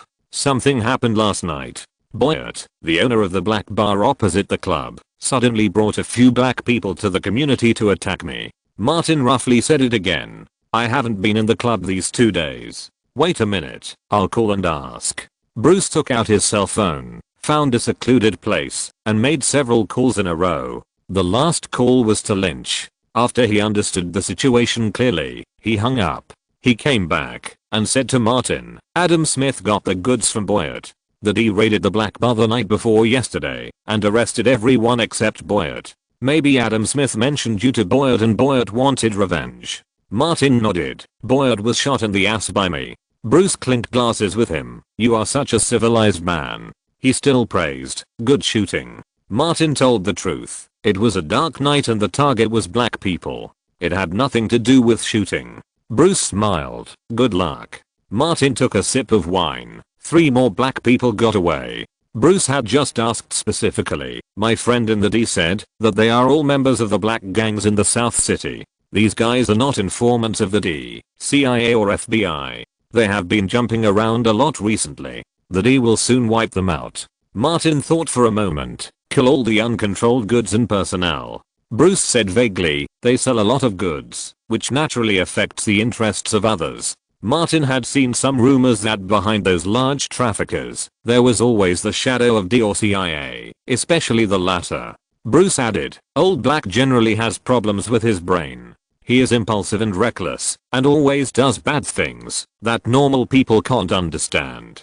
D will conduct a sweep against the South City gangs, which requires a process." He advised, "Martin, you and Elena had better leave the community and live somewhere else for a while. When the D gets rid of the main personnel, the matter will be over." Martin had just fired more than 10 shotgun shells with Happy America last night, and he listened to what Bruce said. "I will go back and discuss with Elena, find an excuse to go out for a trip, move out of Clayton tonight, and stay in a hotel for a few days first. Lillian Hall will have summer vacation soon, so it's no problem to leave school a few days early." Bruce said, "It will take at most a week for those black men to take advantage of the D. Bruce, given our relationship, I won't say thank you." Martin turned to another topic. "If possible, I would like to thank your friend in the D in person." Bruce ordered another beer. "You stinking piece of shit. You are the best at doing the lousy things of building relationships. You don't have to worry about him, and there is no need to thank him. He and I served in the UK together." Martin immediately guessed, "We fought against the British together?" Bruce nodded slightly. Martin gave a thumbs up. "This relationship is strong." The beer party lasted until after 1 o'clock, and everyone left one after another. Martin paid the bill, said goodbye to Bruce, and returned to the community. Elena was looking at the recruitment information in the newspaper, looking for a bartender job.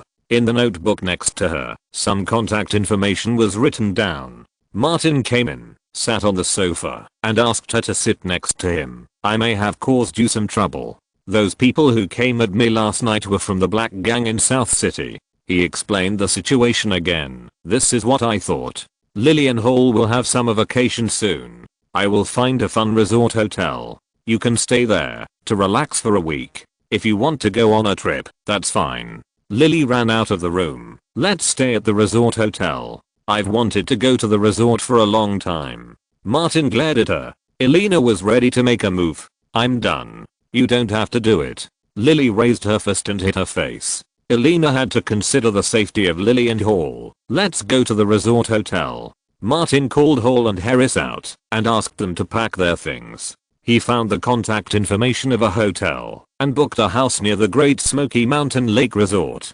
Afterwards, he called Mr. Wood and others and said that he would take advantage of Lily and Hall's summer vacation to drive out for a trip. Chapter 60 Expansion Screws. Under the Great Fog Mountains, the crescent moon was reflected on the lake. In the yard of the holiday home by the lake, Elena lit a bonfire. Martin set up the barbecue grill and skillfully spread the sauce on the skewers. The aroma immediately wafted. Across from her, Lily held a large kettle, bit the water drop-shaped straw, and sucked hard. Elena came over and punched her on the head. Idiot, don't use this. Hall took a shovel and dug a hole by the campfire, buried the potatoes that Martin had packed, and muttered, a bunch of idiots. Harris sat on a rock. I should call the Cole sisters. Give them a call. They will definitely come. Lily was depressed by her elder sister's suppression and said, I want to go to the lake and catch a black bear. Martin deliberately said, holiday camps like this are the crime scenes of terrorist incidents. There is a perverted murderer living in the foggy mountains. He hunts down the mountains in the dark and captures beautiful girls. Elena said, idiot, don't scare people. She looked at Lily. Let's go to the lake together for dinner. We can swim here. This is a mature resort. Of course it is not like what Martin said. After dinner, Lily and Elena changed into swimsuits, wrapped in long blankets, and came to the lake. Tourists in groups of 3 or 2 swam in the lake at night at a distance. Elena followed Martin into the water. The bottom of the lake was all artificial sand, relatively flat, and the water was not deep. The two of them had a tacit understanding. They swam to a deserted place, climbed onto a small boat, and lay down. Martin was almost in a state of anxiety recently. Is there anyone watching this side? It's far away. Even if you see it, you can't see it clearly. Elena was always simple and direct in this regard. You idiot. I'm not afraid. What are you afraid of? Martin said, I'm afraid the boat will sink. The water rippled, the waves rose and fell, and the boat shook violently. The resort was very safe, and no terrorist incidents occurred. The next morning, Martin had breakfast and rushed to the crew of the Automobile Production Center to show his presence in front of director Michelle Gondry. While having lunch with Louise Mayer, he talked to producer Steve Garlin. In Hollywood, where producers are the center, Steve Garlin is undoubtedly the most powerful person in the entire crew. Martin couldn't figure out Steve Garlin for the time being, so he just greeted him politely. After getting off the dining car, Martin met the director of the Merita Theater. The two came under the awning, and Jerome said, I kicked Rosa out of the troupe and spread the news in the Atlanta Extras circle that she reported the actors in the same crew, and she will not be able to mix in this circle in the future. He simply explained, there are too many drug users in this industry, and no one wants to have a time bomb around them. Martin said, Captain, you've taken a lot of trouble. Jerome was very powerful as a captain. If you bully my members, you will pay the price. Martin knew that Jerome went to so much trouble to do all this because he could get a reward from him, and he looked very concerned. Is there any problem with the crew? The cooperation is good. Jerome saw a bright future with the first cooperation with the Hollywood crew. There will be a second time, and the first time is the most difficult. He was afraid of being forgotten. Martin, Robert Patrick said that he will always be a member of the Merita troupe. Martin said solemnly, me too. Jerome took out a card from his pocket and handed it to Martin. This is Robert Patrick's contact information in Los Angeles. If you go to Los Angeles to develop, it will be of some help. Martin took it excitedly. Captain, if you really want to leave Atlanta one day, tell me. I will call him and explain your situation. Jerome said with a double meaning. People in the Merita troupe should help each other. Martin agreed. No matter where I go, I'm a member of the Merita troupe. Jerome pointed to the office next to the studio. I will go to talk to Andrew. People gradually walked away. Martin looked down at the words on the card. Only a name and a string of numbers. Obviously, it was a private contact information that ordinary people could not get. Robert came over with his big head swinging and said, "The captain came to me this morning and said that he would not collect my membership fee in the future. He asked, 'Did you speak for me?' Martin pointed to his head. The captain has a lot of ideas. I don't need to say more. Robert is not stupid. I should say thank you. $300 a month is not a small number for me." Martin said, "You are my lucky star, Robert. If one day I can really make progress in Hollywood and compete with others for important roles, I will definitely invite you over. Nothing else, just to calm the feng shui." He imitated Harris' way of speaking. "With you here, my chance of winning can be increased by 60%. Robert was not polite to Martin. "Help me find a role with lines, yes, and a frontal shot, not like you in this play, with a lot of lines, but few frontal shots." Martin said, "Don't worry, as long as there is a chance, I will definitely find you a role with lines." Old extras like Robert have basic acting skills, but they can't compete for roles with lines, which is more of a problem in other aspects.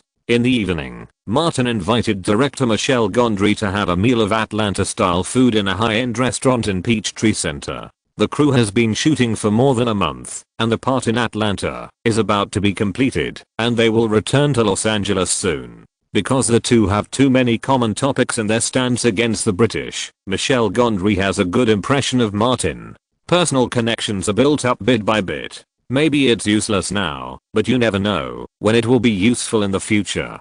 2 days later, Louise Mayer was also leaving Atlanta. The night before leaving, Martin came to the hotel where she was staying and made a cup of expansion screws made from slow screws for her.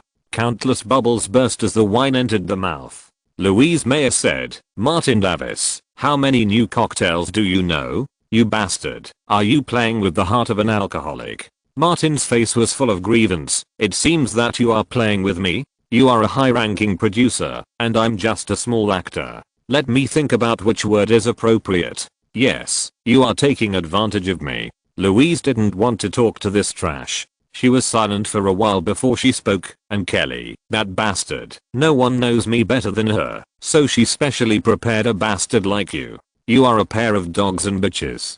Martin seemed not to hear it, and said again, "The expansion screws are my parting gift to you. I have given you the formula. Louise's expansion screws will surely leave a heavy mark in the history of cocktails." When the room finally quieted down, Martin asked, "Are you going to Morocco?" Louise nodded. "Take a week off in Los Angeles and go to Morocco. There is a crew there. You don't have to think about it. I won't use you. You haven't passed the accent test yet." Martin knew he couldn't be anxious. "I have to deal with the zombie dancer first." Louise said, "Use all your skills to win your first leading man in your life. Compared to Hollywood, this is just a small game."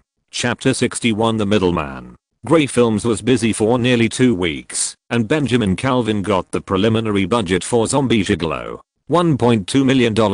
Benjamin almost collapsed when he saw the number. "I told the boss that it can be done with a maximum of $1 million. Prowse, the leader of the budget group, said, "Ben, you require costumes and props, stunts, and a lot of action scenes. It will take 4 months from the early preparation to the completion of post-production in time for this year's Savannah Film Festival. $1.2 million cannot be less." Benjamin sat down on the chair. "The boss will never give the green light." Prowse whispered, "There is another way. Shoot according to the old model and make a late night drama." "Late night drama? I'm tired of stupid late night dramas." Benjamin stood up. "I want to make a theatrical movie. A movie that can be shown in theaters, even if it is only shown in Georgia." Prowse said, "I have no choice, unless you can get investment from outside." Benjamin threw the budget report on the desk. "Where can I get investment? To sell my ass?" Prowse picked up the budget report. "Then there is only one way. Find a way to convince the boss." Benjamin was silent. After Prowse left, he picked up the phone and called Martin. "Martin, it's me, Ben. How are you doing?" Martin said, "Kelly will return to Atlanta tomorrow. We must discuss some things in person." Benjamin asked, "How confident are you?" In the bar, Martin put down the newspaper in his hand and said, "Director, is there a new situation? The preliminary budget is out." Benjamin was like a man who had just lost a lot of money, extremely weak. At least $1.2 million is needed. It was a little less than Martin's estimate of $1.5 million.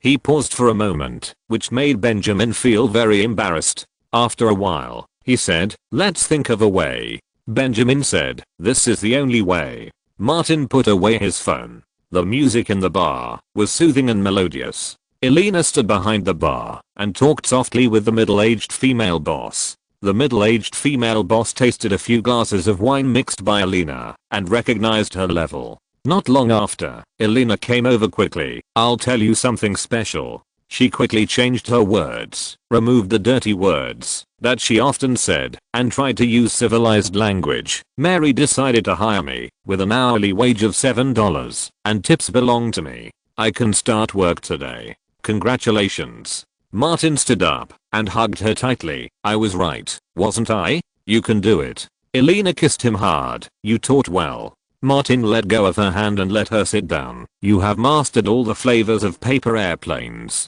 If someone asks, just say that you invented the formula. If someone wants to buy the formula, you can sell it." Elena said, "The paper airplane is yours." Martin shook his head. "It's useless to me, but it's useful to you." "Elena," I looked carefully, "you are more talented than me in cocktail making. Don't waste this talent. Paper airplanes can help you open up your reputation in this industry. Just like expansion screws and penicillin, these things are valuable only when they are used." Martin's goal is not to be a bartender. Elena was not a shy person. "Okay." She suddenly squinted her eyes. "I'll reward you well when we get back." Martin tore off a corner of the newspaper, folded it into a delicate paper airplane, and handed it to Elena. "This is for you." Elena took it, saw that there were customers at the bar, and said, "I'm going to work." Martin picked up the newspaper and continued to read. The main page of the Atlanta Constitution was full of news about the D&A PD's joint drug crackdown. They struck hard in the South City, breaking up one den after another, and arresting many black big dealers. Martin's phone vibrated, and he took it out. It was Bruce calling. He answered and asked, "Are you here? I'm at the Clearwater bar, a clean bar. I'll buy you a drink." Bruce and Monica went into the bar together. The latter stayed at the bar, ordered a glass of wine, and talked to Elena. Bruce came over and sat opposite Martin. Martin ordered 2 glasses of wine and 2 plates of dried fruits, and asked, "Are you working as usual?" Bruce stared at Martin and said, "What kind of shit are you going to do?" In the whole of Atlanta, besides Elena and her brother, the person Martin could trust the most was old Bruce. He said appropriately, "There is a deal, and we two can be the middlemen." Bruce said happily, "Tell me, who do you want to mess with?" Martin was helpless. "Old Bruce, we are good people, civilized people, don't mess with people at every turn." He asked vaguely, "You are a scavenger. What else do you do besides messing with people?" Bruce understood what Martin was asking, but did not answer. Instead, he asked, "Do you eat avocados? This thing is extremely popular in the United States, and the price is rising every year. It is very dependent on imports from Mexico, but it is not easy to get import licenses." Martin didn't know much about avocados, but he understood what Bruce said and said, "I want to persuade Vincent to invest in the movie." Bruce frowned. Vincent is unlikely to accept it. Martin still wanted to talk to Kelly, and said, "I'll go see Vincent in 2 days." Bruce said, "I can't hide the club shit from you, a piece of shit, but I won't help you with this. You know where Vincent is, and you can go see him anytime." Martin didn't say anything more, and changed the subject to talk to Bruce about other things. At Atlanta International Airport, Erica, Julia and Kelly Gray walked out of the gate with their assistants. The ATL Freedom Club had been waiting here to pick them up. Kelly saw Martin at a glance and just nodded slightly. He sent Erica and Julia to their respective cars and left. Martin took the luggage from Kelly and helped Ella put it in the trunk of the BMW.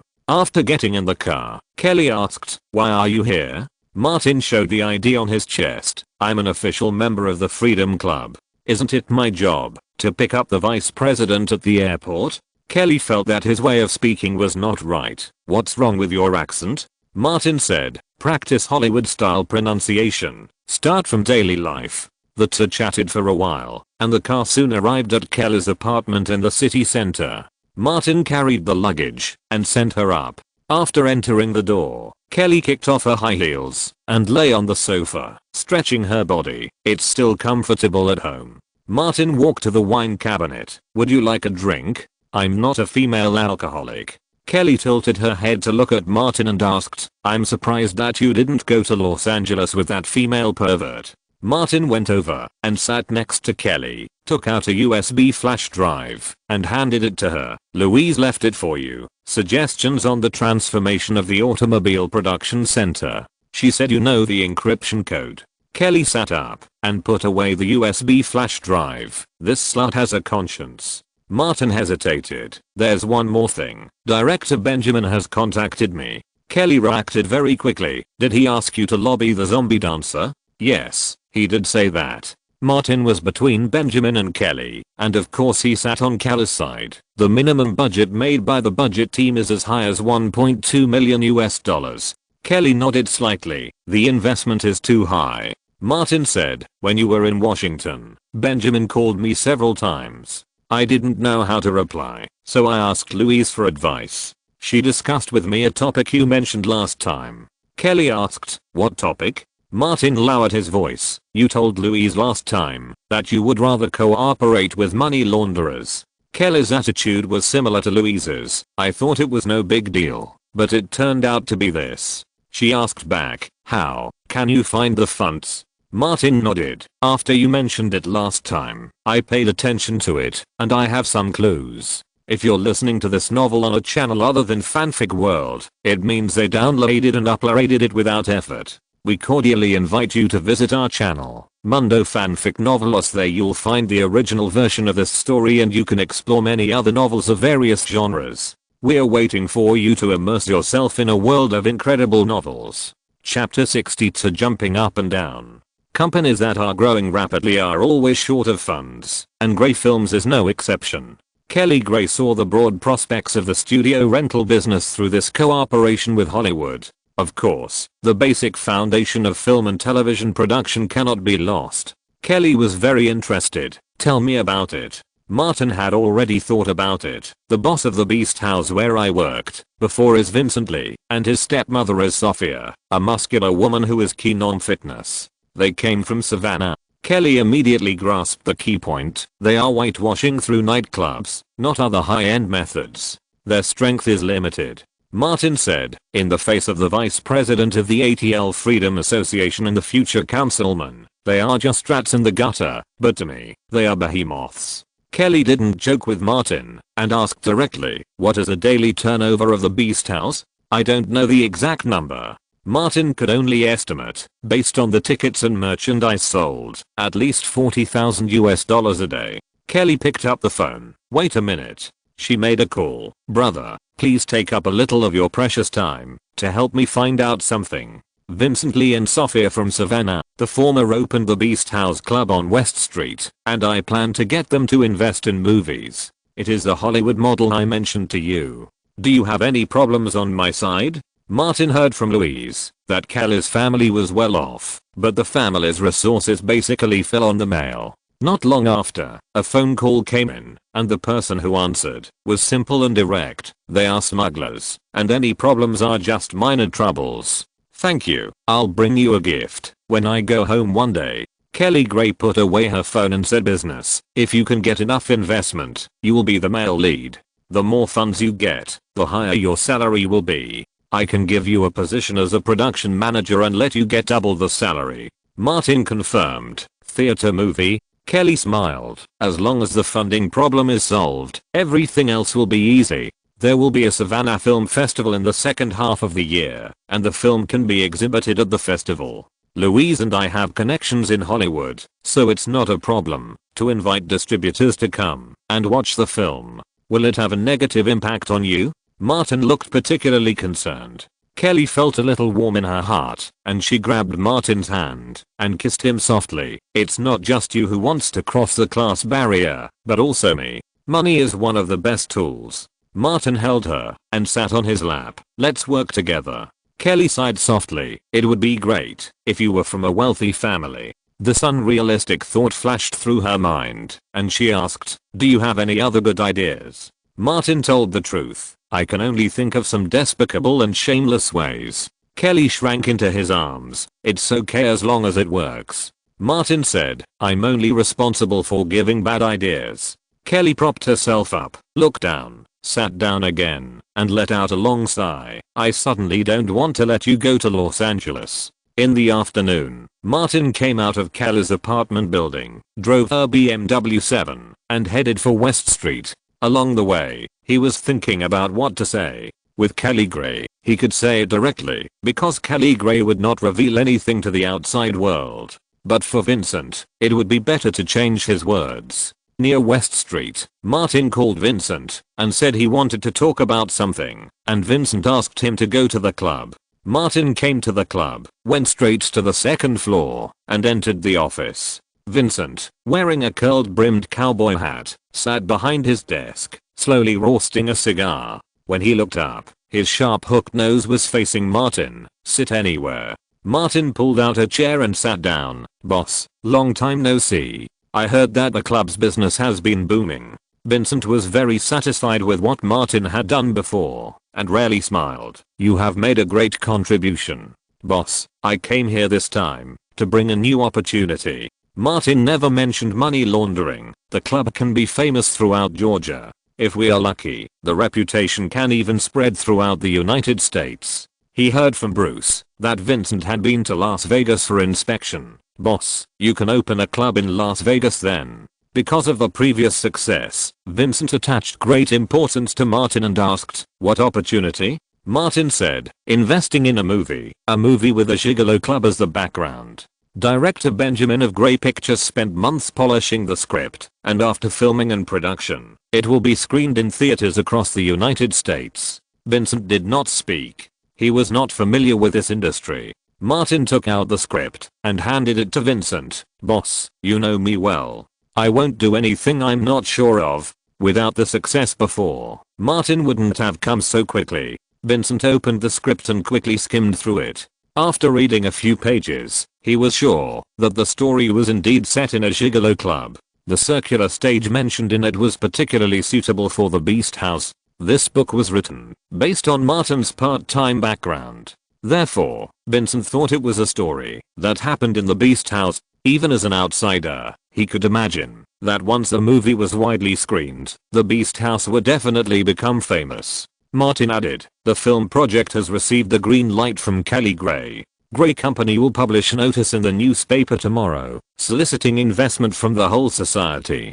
Boss, as soon as I get the news, I will come to inform you. Vincent was puzzled. They are soliciting investment from the society? Martin explained specifically, this is very normal in the film industry. For example, the famous The Godfather is said to have received financial support from certain forces in Italy. Saving Private Ryan and Band of Brothers have investment from India. Vincent didn't know the latter, but he had heard of the former. Thinking of the Italians in movies, he immediately understood what Martin meant. He took off his cowboy hat and lit a toasted cigar. You know a lot. Investing in movies.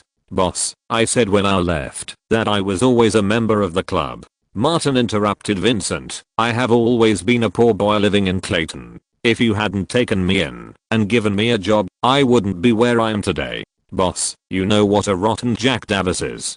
After I became an adult, 2 of the 3 people who helped me the most were from the club. One is you, the boss, and the other is Old Bull. You saved my life several times. Only Old Bull. This is not an exaggeration. Martin said, the owner of Gray Films is Kelly Gray. She is from Atlanta. Her family and company are both in Atlanta. The Gray family has always had a good reputation, so I dare to recommend this project and let you, the boss, invest. Local people and local companies are indeed more reliable than outsiders. Vincent remembered where he had heard of the Gray family. Martin said, boss, although I was born a poor ghost, I also know how to be grateful.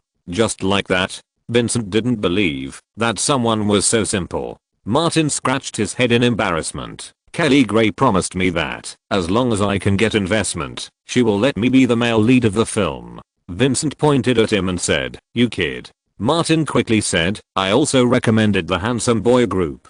When the time comes, let Hart and others play the role of male dancers. It will be very good publicity." He emphasized, when the time comes, they will all be paid actors. The last sentence reminded Vincent, putting your own people into the crew, the remuneration is false. He looked past Martin and looked at the club hall. The club was used as a studio during the day and as a film studio at night. It was said to be a 1-to-1 studio, which was another normal expense. No wonder those Italian investment godfathers, no wonder Germans, Indians and others invested crazily in Hollywood. Even if he is an outsider, he can think of many reasonable accounting. After a long while, Vincent said, "I'll think about it." Martin left the office and went downstairs. His hand fell into his pocket and turned off the recorder. "I just feel tired at this moment. It's so difficult to get the leading role in a theater movie. I have to jump up and down like a monkey." Chapter 63, putting it all together.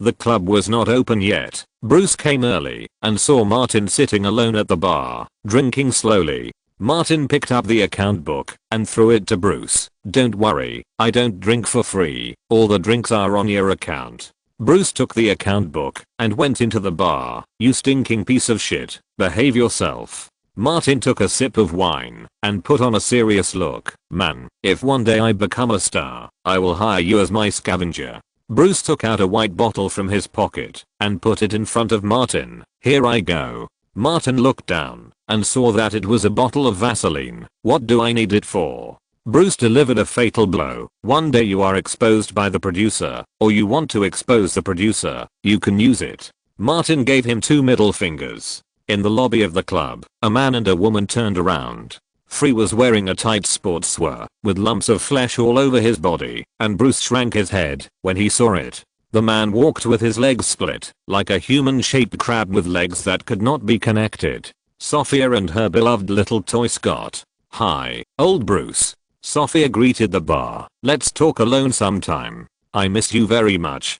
Bruce didn't dare to answer and forced a smile, watching Sophia go upstairs. Scott walked over with his feet turned outward, staggering. "Give me a beer." Martin patted the chair next to him. "Sit down." Scott glared at him. "Did you do that on purpose?" Martin forgot. "Sorry." Thinking that Lily and Hall couldn't be without a guardian, he reminded, "Leave when you have made enough money. Don't make enough money to pay for medical treatment." "I was planning to leave." Scott wanted to cry but couldn't. Bruce asked, "Are you just passively taking the beating?" Scott took a big sip of beer. "I took some initiative, but I saw that she was full of muscles and her head was full of Michael Tyson."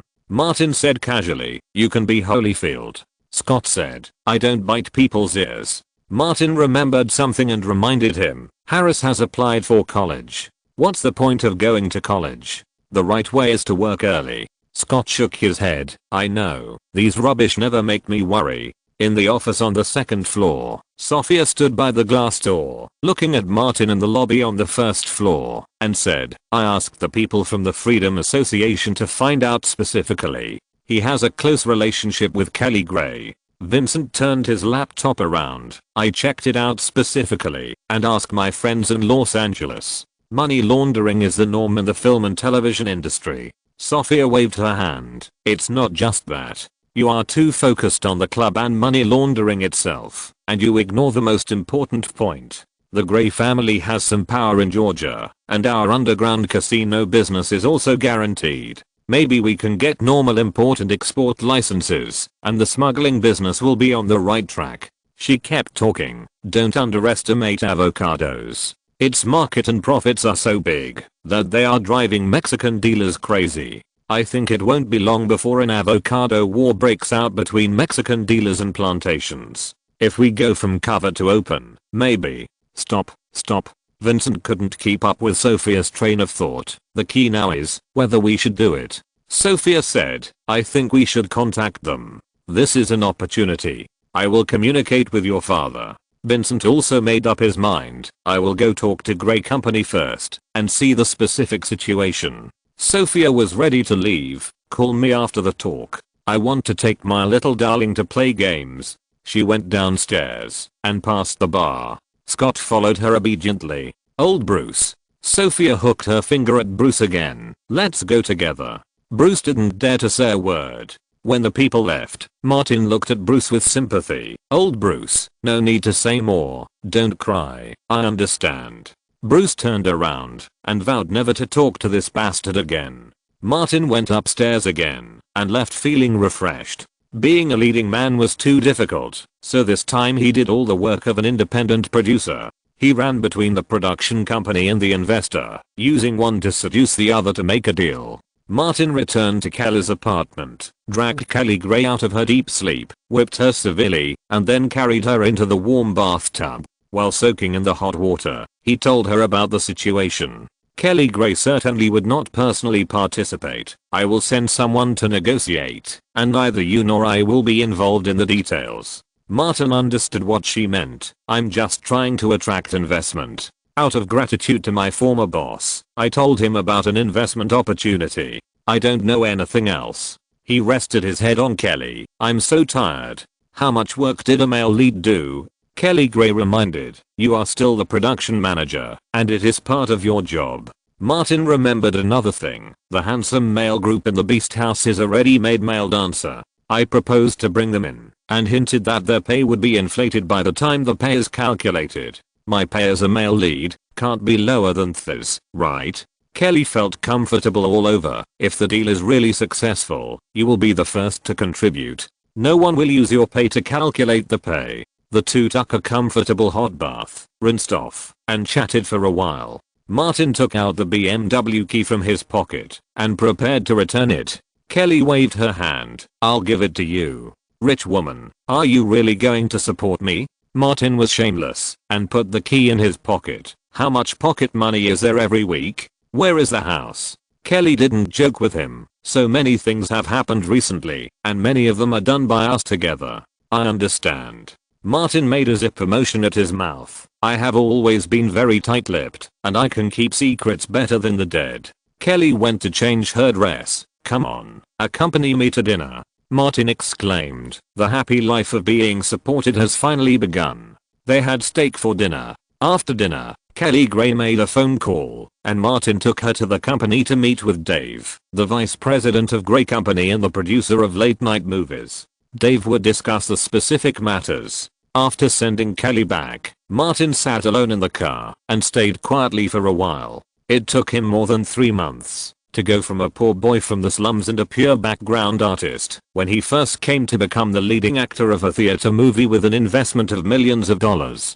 Martin felt that the difficulties, calculations, and struggles during this period were the necessary path to success. It was a bit tiring, but it was better than just lying down and making money. He started the BMW 7 and drove out of the underground parking lot of the apartment. Before getting on the highway, he received a call from Bruce. The main members of the South City gang are all gone. Boy, it will probably have to pick up soap in prison for more than 10 years. Bruce forgot the oath he had made. You can go back. There shouldn't be any problem. Martin said, thanks, old Bruce. I'll treat you to dinner another day. Bruce suddenly said, let me tell you something. Monica broke up with me. Martin was surprised. Why? Bruce, this bastard, immediately put the blame on Martin. It's all your fault. You gave me a photo of Kate Winslet, and I couldn't help but add it. I showed it to her several times in a row. She called tonight and said I was a pervert. Martin was a master at rubbing salt into the wound. You are a pervert. The other party directly cut off the phone. It will be on the shelves on April 1st. There will be a first order lottery when it is on the shelves. I will post a single chapter before it is on the shelves. Chapter 64, The Ring Stage. The Ford drove around the Clayton community. The black traffickers that were seen everywhere disappeared without a trace, as if they were garbage that had been cleared away. Martin drove into the community and stopped in front of Carter's house. Lily, Hall and Harris, who were squeezed in the back seat, couldn't wait to get out of the car and ran towards the door. Across the street, Mr. Wood came over. Elena and Martin opened the trunk and called the three to come over to move the luggage. Mr. Wood came over and asked, "Did you have a good trip?" "Very happy." Lily smiled and walked over to hand Mr. Wood a wolf tooth keychain. "Mr. Wood, I brought you a gift." Mr. Wood was surprised. "This seems to be from the Great Smoky Mountains." Martin replied, "I didn't know until I left Atlanta that tourist souvenirs made in Atlanta are sold everywhere." Mr. Wood smiled happily. Martin asked, "Did the black dealers disappear?" "It seems that the D raided a group of them and the rest ran away." Mr. Wood was relieved. "Our neighborhood defense alliance was a great success and Clayton has returned to its previous order." Elena didn't ask for much. Finally, it can be restored to its original state. Martin asked Harrison Hall to carry the luggage back to the house. Elena and Lily talked to Mr. Wood for a while and came back with the rest of the luggage. Martin suggested again, "We can move to a better community. We grew up here, and now without those black X's, everything is back to normal." Elena didn't want to leave. "Here are all familiar neighbors. Although they are sometimes bad, they are all good people in the community, and the money should be used in the most important places. Harris is about to go to college." She tried her best not to swear. "Without enough money and a decent job, we will only be discriminated against if we move to other communities." Harris said, "I found a part-time job and tutor elementary school students in the planetarium." Lily was serious for a rare time. "I deliver newspapers every morning." Hall said, "The church cemetery is hiring people to dig pits, and I'm good at it." Elena went over and punched him on the head. "You are responsible for watching the house." Martin pondered for a while and said to Harris, "You should learn more about the stars in the planetarium and ask carefully whether it is difficult to set up a for-profit astronomy association." Harris nodded. "I will ask clearly." Elena said at this time, "Your accent sounds really awkward now." Martin said, "I started late with the Hollywood accent, so I can only practice it every day." Lily suddenly interrupted, "He wants to be a big star." Both fists stopped in front of Lily's face at the same time, and Lily lowered her head in grievance. Martin had been mainly threatening, so he retracted his fists, took out the Ford car key, and stuffed it into Elena's hand. "This car is for you. It's convenient for commuting to get off work." Then he turned his head and saw Lily's grievance on her face, her mouth slightly open, wanting to speak. He slapped Lily in the face. "Shut up." Elena asked, "What about you?" Martin took out another car key. "I recently helped someone get an investment. This is the bonus." He took the initiative to change the subject. "Who wants to go out?" "I'm going to buy a searchlight." Elena said, "I'll go with you." Martin found that old black was the real threat, especially old black in black at night, which was simply amazing. He wanted to install a searchlight outside the house to break old black's invisibility.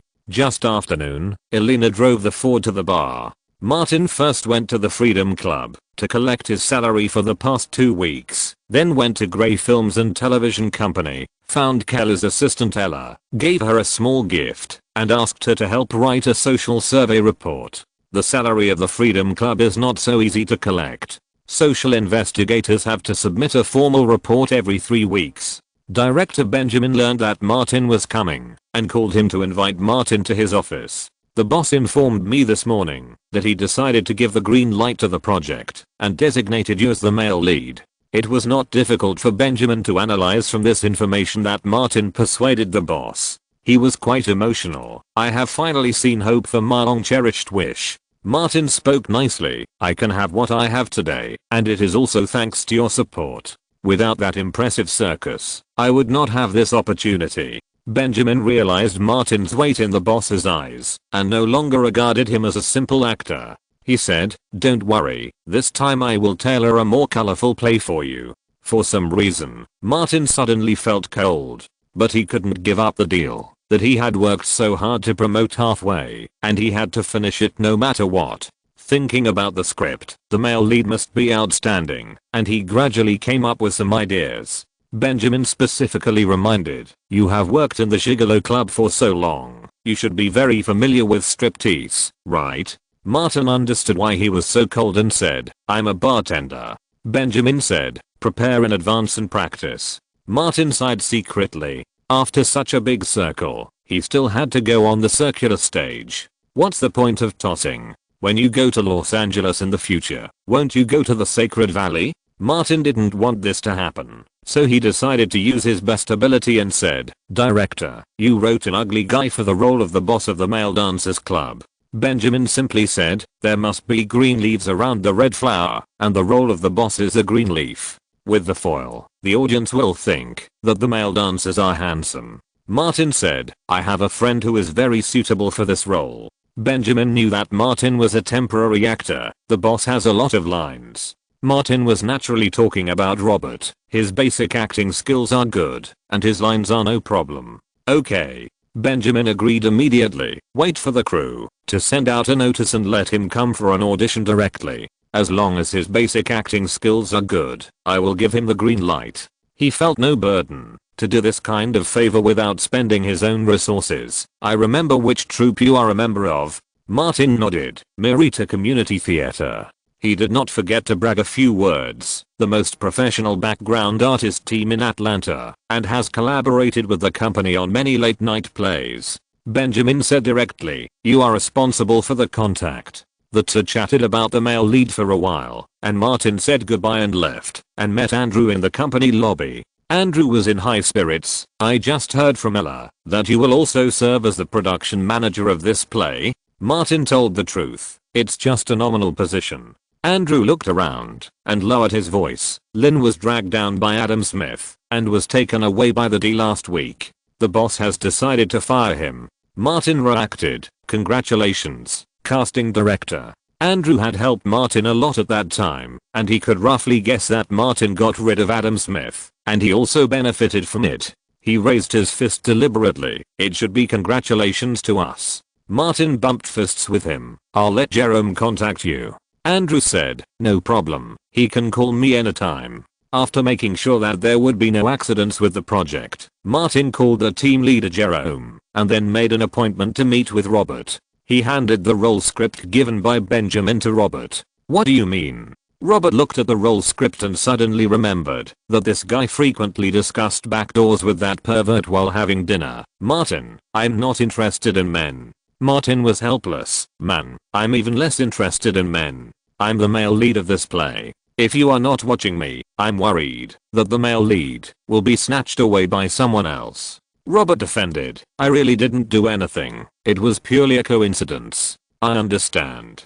Martin was too lazy to say more. "This role has at least 20 lines. You go back and prepare well. If you mess up the audition, I will give you to Bruce. Old Bruce is the one who likes to use the back door." The next day, Dave, who represented Grey Pictures, reached an agreement with Sophia and Vincent, and Zombie Gigolo was officially launched. Chapter 65, Master and Remuneration. The investment scale of this film is very large, and Kelly Gray has never operated it. She called Louise Mayer. Louise, who was preparing to go to Morocco, chose to transfer in Atlanta and stay overnight. At the airport hotel, seeing Martin and Kelly, Louise automatically ignored the latter, threw herself on Martin, and shouted, "Penicillin." Kelly was upset and cursed. "Female pervert, you only have men in your eyes? You two dogs and bitches, can you restrain yourself a little?" Louise picked up the magazine she brought specially and stuffed it to Martin. "Look." Louise's penicillin shocked the whole of America and the International Bartenders Association.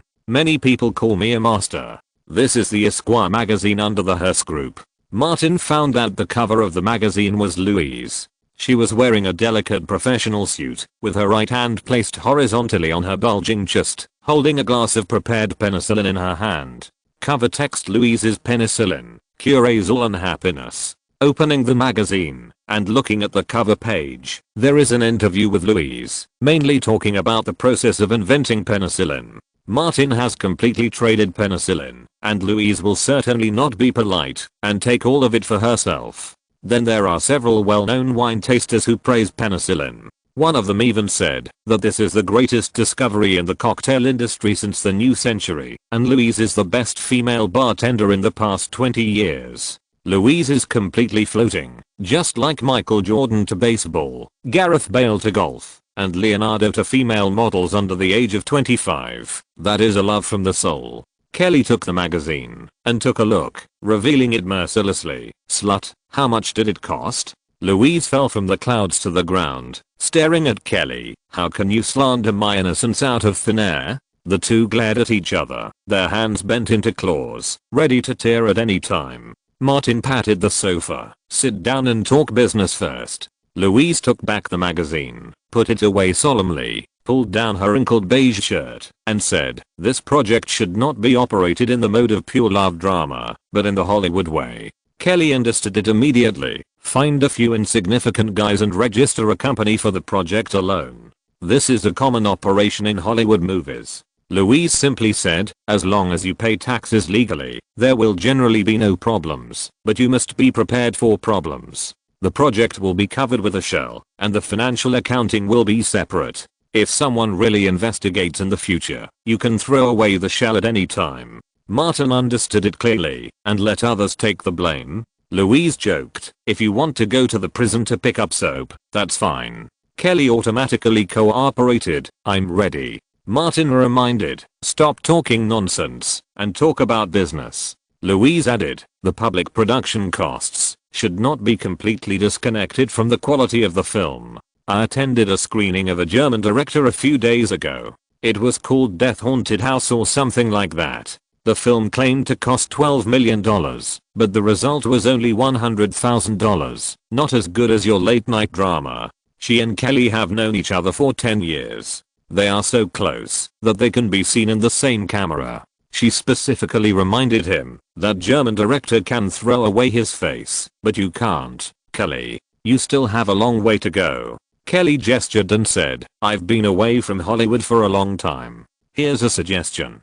Louise didn't keep her in suspense and said directly, "Invent publicity costs. I know you don't have the ability to distribute, but in order to sell the film and attract distributors, you still have to do publicity." She emphasized, "Especially for overseas distributors. It doesn't matter how much the film sells overseas. There must be overseas publicity expenses in the accounts." Martin suggested, "Sign up for a few overseas film festivals. For example, Southeast Asia, India or Russia, and send a few people there at random, and increase the cost as much as possible." Louise smiled at him. "Not bad. You have learned a lot." Kelly remembered it all. "Benjamin has planned a 3-month shooting and production cycle for the film, and plans to exhibit it at the Savannah Film Festival. Can you help me contact some distributors?" The three talked for a while, and the topic gradually ended. "Let's finish talking about business and talk about something fun." Martin came to the sofa and sat between Kelly and Louise, hugging them on both sides. "Drunkard, you didn't release the expansion screws?" Louise was well versed in publicity. "Take your time. I will continue to release new cocktails and keep the heat in the bartending world. It won't be long before I will become a master of the International Bartenders Association as a woman, just like Ada Coleman." She held Martin's hand tightly. "You will help me and continue to inspire my inspiration, right?" Martin said, "Of course. Everything I have is yours." Kelly suddenly asked, "What is an expansion screw?" Louise smiled happily. "As good as penicillin." Kelly felt that she had also fallen. "You are really a pair of dogs and bitches." Martin actively invited, "Kelly, welcome to join the ranks of dogs and bitches." Unfortunately, the sofa in the hotel is red, and a new round of auditions is imperative. The next morning, the crew held their first meeting after the project was established. Grey Company registered and established the zombie dancing male studio with Andrew and others. Dave, the company's vice president, is the producer. Except for Andrew, who replaced Lynn as the casting director, the rest of the filming team are all the people Benjamin has always used. In addition to the male lead, Martin also serves as the production manager and has a certain say. The crew hired Atlanta's most popular male striptease team at a high salary and will pay a high salary for it. As highly professional technical talents, the total salary of the team of 18 people is as high as $900,000. Their inflated salary has indirectly pushed up the salary of Martin, the male lead. The total salary of Martin, the male lead, and the production manager is as high as $150,000. The main shooting location of the crew is the Beast House Club. At the same time, another simple studio will be built. The crew publicly disclosed that the production cost is $6 million. The publicity investment is $3 million and plans to distribute it worldwide.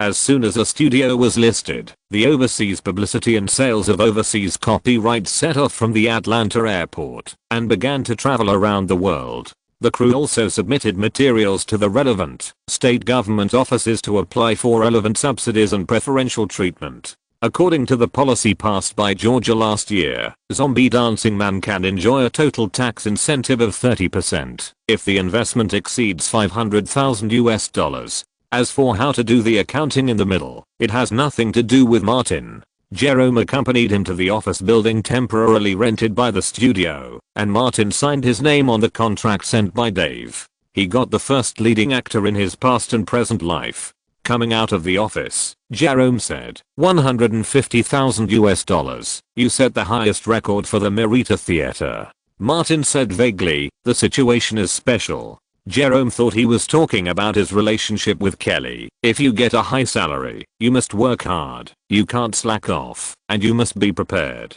Martin agreed with this. I will prepare tomorrow. After a long circle, he finally stepped onto the circular stage of the Beast House. Chapter 66. Remarks on the release.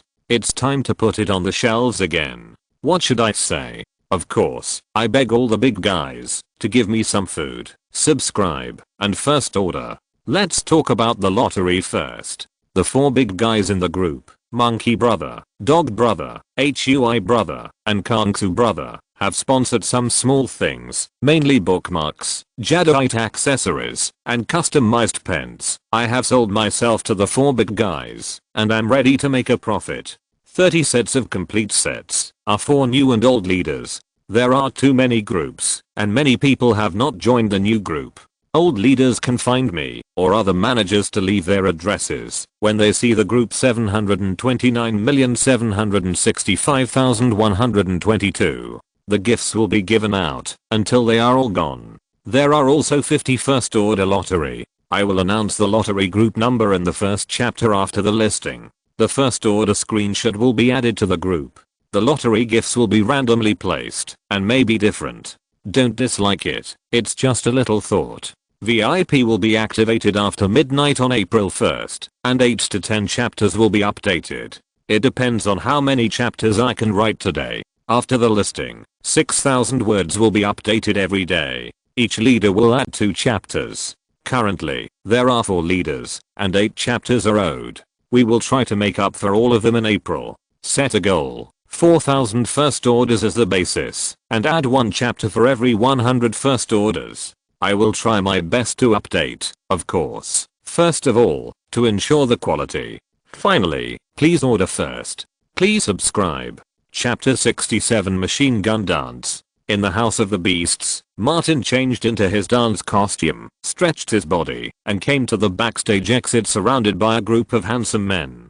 Hart seemed particularly excited. Martin, we finally waited for you to go on stage. It was not easy. He came to the front of the circular stage, as if facing countless audiences. The king is about to ascend his throne. Martin strode forward. It was the first time he really stood on the circular stage. He ignored Hart and Carrington and other idiots, and turned his head to look at the side of the stage. Annie? The middle-aged woman named Anne was from the Savannah Academy of the Arts. She was a professional choreographer who cooperated with the House of the Beasts. This time, she was hired by the crew to serve as a dance director. She asked, "Have you practiced dancing?" Martin said, "I practiced disco and street dance when I was young, just playing around. It goes without saying that the floating improvisation is messy and dancing is a weapon for picking up girls." And asked someone to turn on the music. "Let me see your sense of rhythm and flexibility." Martin stepped to the beat of the music and danced a short disco that he had practiced in his previous life.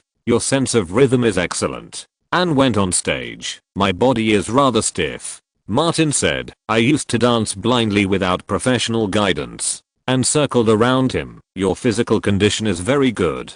If I were given 2 months, I could train you, but the preparation time is too short." She had a deep chat with director Benjamin. "I have designed 3 dances specifically for you."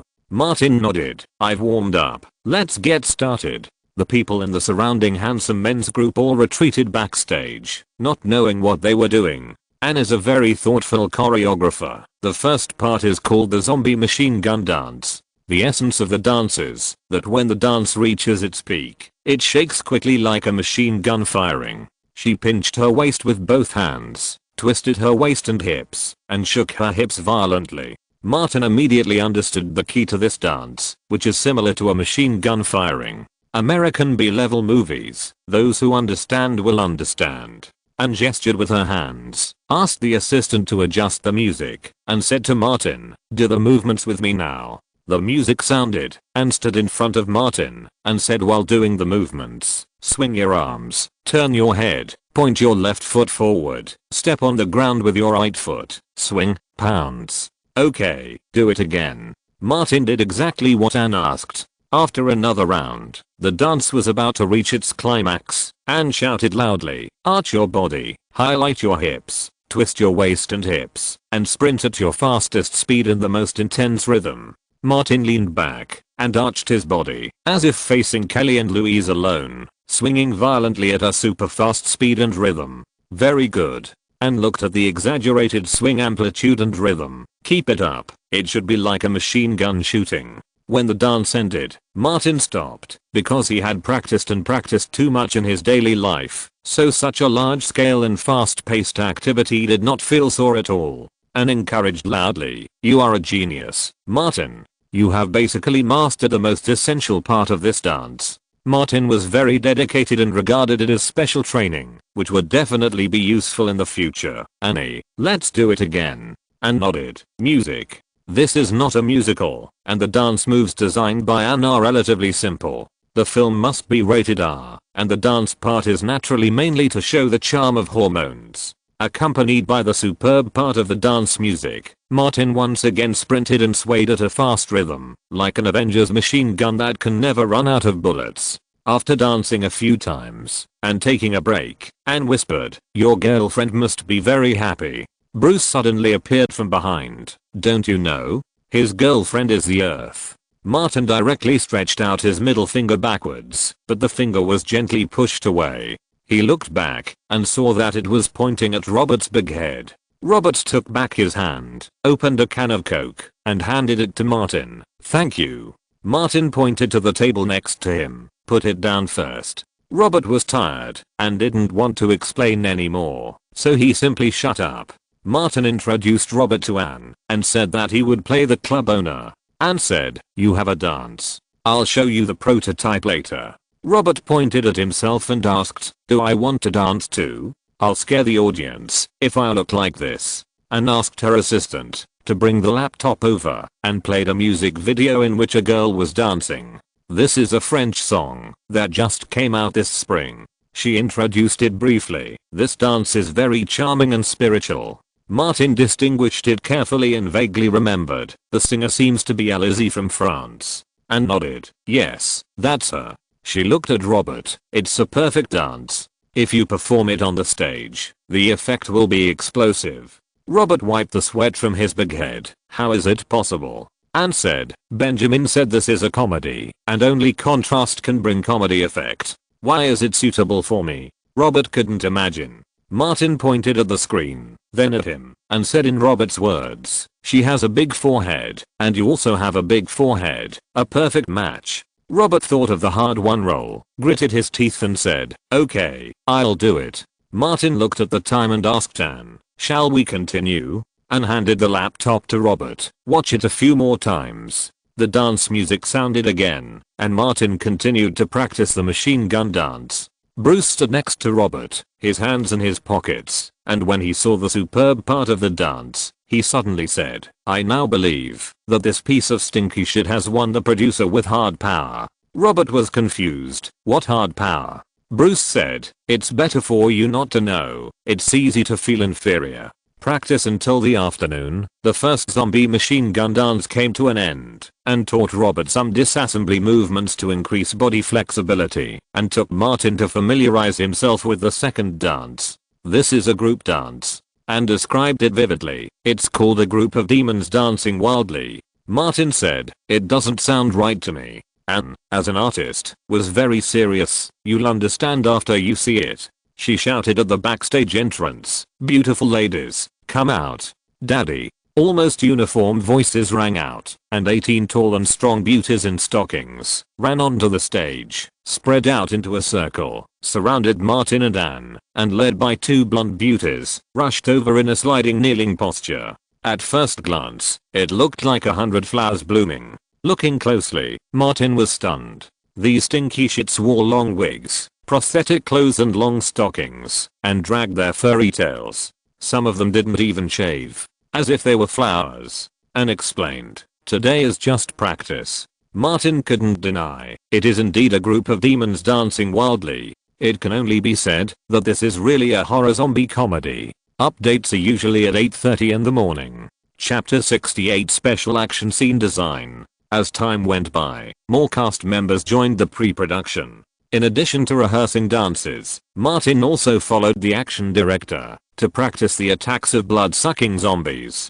Of course, they were not the slow zombies in the Resident Evil and Living Dead series, but were closer to vampires. The excellence of the script lies in the life and death battle between the hero and heroine. The heroine also had to join the training. Martin's old acquaintance, Marzenx's opponent Catherine, got the role. In terms of figure and appearance, Catherine is absolutely impeccable, which is also the key to her stripping off from a group of candidates. Benjamin personally sent her to the set and specifically told Martin, "She has never filmed such an action scene. You should take care of her more." Martin understood. "Catherine and I are old friends." In front of many people in the crew, Catherine tightly held Benjamin's arm. "Martin and I have a tacit understanding. The heroine has a close relationship with the director, and it may even be a negative number. It is a responsible approach to show the relationship right away in a film and television crew." The prop master came over at this time and asked the hero and heroine to try the props.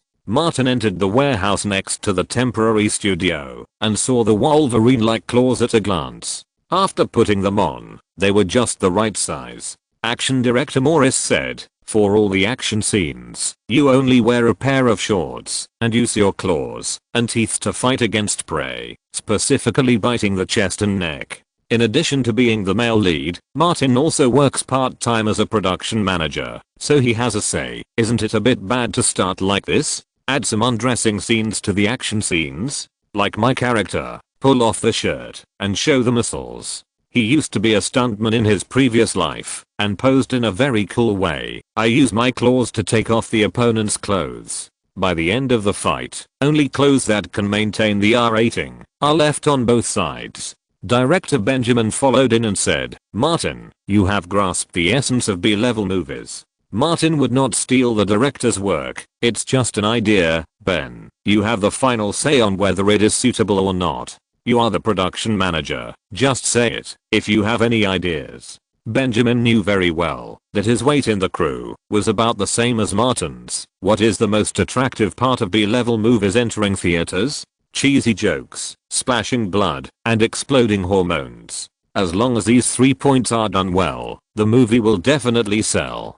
Catherine was very conscious. "I want both." "No, dear," Benjamin said simply. "We are shooting an R-rated movie, not 17 plus. Morris is Benjamin's man, and seeing that he is a little weak against Martin, he adjusted his position and mentality. "I'm good at directing action scenes between men and women, such as the scene where you are lying on the ground, which was designed by me." Martin's position in the crew is higher than Morris, but he is very skillful in getting along with people. "Man, I finally found the culprit.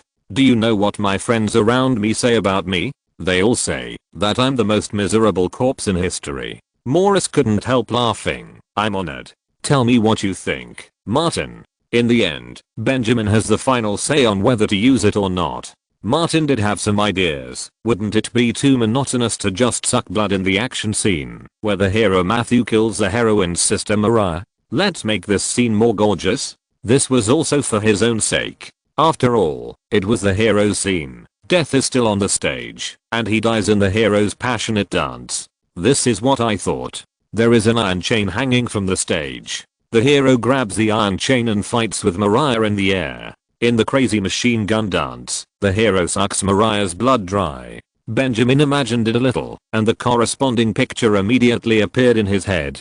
The dance reached its climax, and the hero pulled Mariah to spin and fly above the entire ballroom, fighting wildly. In Martin's eyes, what's the point of B-level movies if they don't exaggerate a little? Benjamin came back to his senses and said to his assistant, "Notify the producer Dave and call the heads of the casting, styling, dance, props, and photography departments to come to a meeting immediately." Right away, the assistant director hurried to make a phone call. Benjamin couldn't help but said, "Martin, I was definitely right about you. You are a genius." He admired sincerely, "I could only design the horse vibration, but you even thought of the aerial vibration." Martin told the truth, "I saw it from the videotape." Benjamin thought he was being modest and said, "This scene will definitely be explosive. I have prepared an equally matched opponent for you. Do you know who it is?" Martin said seriously, "Of course it's Julia Roberts, the biggest star in Georgia." Benjamin looked constipated.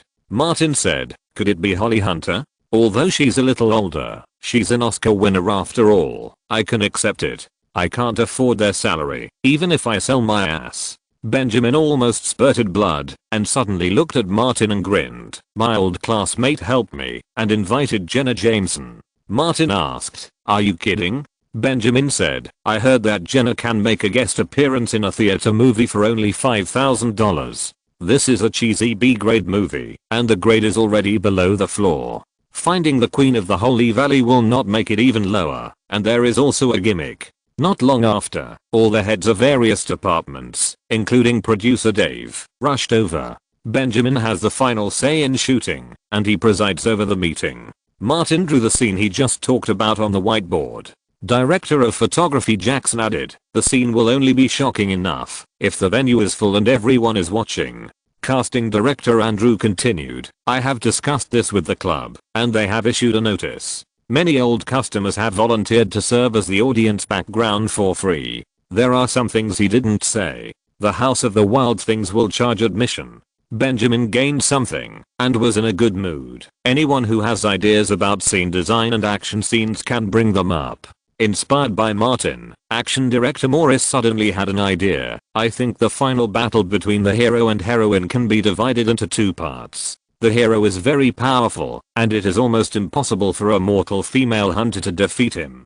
Do you think this will work? The hero's strongest point is also his weakest point. If the heroine can defeat his strength will be greatly reduced." Producer Dave understood what he meant and said an important point. "The film must obtain R-rated certification when it is screened in theaters, but we do not have the distribution capabilities. The first thing we have to do is to make the content attractive to movie buyers. How the MPAA rates the film is a matter after they buy it." Martin racked his brains to recall and think. The first part is the battle between the hero and heroine. The heroine defeated the hero, and the hero fell into a period of weakness, and then was killed by the heroine? Morris nodded. "That's what I mean." Martin said, "How about giving the sisters Mariah and Anna a special talent? For example, they can absorb abilities, but there is a flaw. If she reaches the peak first, her essence will be sucked dry by her opponent." Benjamin pondered and said, "That's interesting." He said, "Change the flying scene in the front. Mariah didn't die because of Matthew's blood sucking. She has the same talent as the heroine and lost to Matthew in the battle." The meeting lasted until the evening. After Benjamin went back, he took his assistants to design new scenes for several scenes overnight. If you're listening to this novel on a channel other than Fanfic World, it means they downloaded and uploaded it without effort. We cordially invite you to visit our channel, Mundo Fanfic Novelos. There you'll find the original version of this story and you can explore many other novels of various genres. We're waiting for you to immerse yourself in a world of incredible novels. Chapter 69, Tips for Filming. At the Buffalo House, the ballroom was packed with people. Sophia, holding a glass of wine, stood in front of the fence on the second floor, watching the stage with interest, especially the former bartender who led the dance. Vincent lowered his cowboy hat and reminded, "Don't think about the handsome men's group. Each of them can create great value for me." The explosive music suddenly sounded, and the filming began again. countless background board actors roared. Martin tore off his shirt in the trembling of the zombie dance, revealing his well-proportioned muscles and naturally smooth upper body. "Come on. Keep going," an actress shouted. Director Benjamin found that there was no need to mobilize the atmosphere at all. These extras ignited the scene by themselves. They were more vigorous than flames. Martin jumped forward with both feet, pulled his right hand at his waist, and the special pants fell off, shaking a few circles in his hand, and flew under the stage. Susan was quick-eyed and quick-handed. She caught it and covered her face, took a deep breath, and was intoxicated. Suddenly, her pants were pulled back. She pulled them back hard. 4 or 5 people tried to grab them. With a crackling sound, the pants tore into pieces. The extras grabbed them, but their eyes were attracted by the stage. The former bartender, who was only wearing shorts, danced very seductively, like a Greek sculpture, wild and unrestrained, yet evil and sexy. When the dance reached its climax, he arched his body, thrust his hips forward, twisted his waist and hips, and swayed violently at a super fast speed and rhythm. It was like a Gatling gun shooting. Susan felt that her heart was shot, and she quickly reached out to cover it. She fell into a frenzy, afraid that the pieces of pants in her hand would be snatched away, so she quickly hid them, and took out another dollar, rolled it up, and threw it onto the stage. The zombie machine gun dance reached its peak. Invisible bullets flew all over the stage. The extras were excited by the exaggerated speed and frequency, and couldn't help themselves. Several people who grabbed the pants next to Susan blocked their mouths and noses with their pants at the same time. People who were closer to the circular stage took out dollars one by one and threw them crazily onto the stage. US dollars fell like rain. These were not props, nor were they given by the crew, but the money they brought with them. They threw $1, $5, $20 and $50. An extra pulled out a rare stack of $100 bills and threw them on the stage. "I'm going to keep you tonight. You're mine." The machine gun dance continued. At the bar, Robert shook his big head and saw that all the extras were crazy because of Martin's hot dance. He suddenly understood what Bruce said. Sure enough, Martin convinced the producer with hard power. Not far away, Director Benjamin nodded with satisfaction and raised the loudspeaker. "Stop." The music stopped, but the extras' madness did not stop. They were still shouting, dancing, and throwing. The atmosphere is contagious. Then, more money flew onto the stage. Benjamin suddenly asked the blonde woman wearing a hat next to him, "How is it?" Jenna Jameson, who came quietly, said, "He is a star, a superstar. He should not be here. He should go to Las Vegas or the Sacred Valley." Benjamin said, "Now he is my leading man." Jenna licked her dry lips. "You don't mind if I poach him?" Benjamin smiled. "He is just like me. Both are part-time workers. If you can poach him, you can do whatever you want." Jenna lowered the brim of her hat. "Find someone to take me backstage." Benjamin nodded to his assistant. Then, he looked at the director of photography, Jackson. "Shoot these scenes. They can be used in editing." At the fence on the second floor, Sophia said, "This Martin is not your man now." Vincent reminded, "He has a special relationship with Kelly Gray." Sophia understood. "No wonder he can be the leading man. Haha, Kelly Gray." Martin ran into the backstage, took the coat handed by Hart, and put it on. Several people from Kirrington followed in from behind, each holding a pile of clothes in their hands. Hart shouted, "Hurry up and take out the boxes, and help Martin's father keep them. These are his spoils." Martin was very generous. "All for you." Suddenly, there was a knock on the lounge door, and Benjamin's assistant brought a woman over and said, "Martin, Miss Jameson is looking for you." Martin's eyes immediately turned to her. Jenna had seen and experienced all kinds of occasions, and took off her hat generously. "Hello, Martin." Hart reacted, You are. Jenna nodded. "It's me." The handsome men immediately abandoned their Martin father and rushed to Jenna, more excited than seeing an Oscar winner, asking for autographs one by one. Hart, the shameless bastard, pointed to his pants. "Jenna, can you sign here?" Jenna reached out her hand, grabbed it, and signed it quickly. Hart was so excited that he looked up. "From today on, I won't wash it, never again." Kirrington brought a camera and asked Martin to help take a group photo. After a while, Jenna got out of the group of idiots and looked at Martin carefully. He was the best choice in both figure and appearance. Martin smiled and said, "Hello, Jenna, you came so suddenly." Jenna said, "Tomorrow we will shoot a scene together, so we have to get familiar with each other in advance." She tilted her head slightly and said, "Are you familiar with me?" Martin chose his words carefully, "A little bit. It doesn't matter. This is a legitimate job." Jenna never thought that there was anything wrong with it. There are countless husbands who are directors and wives who are heroines in the industry. She said, "I read the script and the scene design, and it's hard to imagine." Martin couldn't elaborate. "You will understand when you see the set tomorrow. It's not difficult for me to lead it. Compared with the many actions when he was a stuntman in his previous life, these can only be said to be child's play." Jenna said, "Then it depends on you." The two chatted for more than 10 minutes, and the makeup artist came in to touch up Martin's makeup.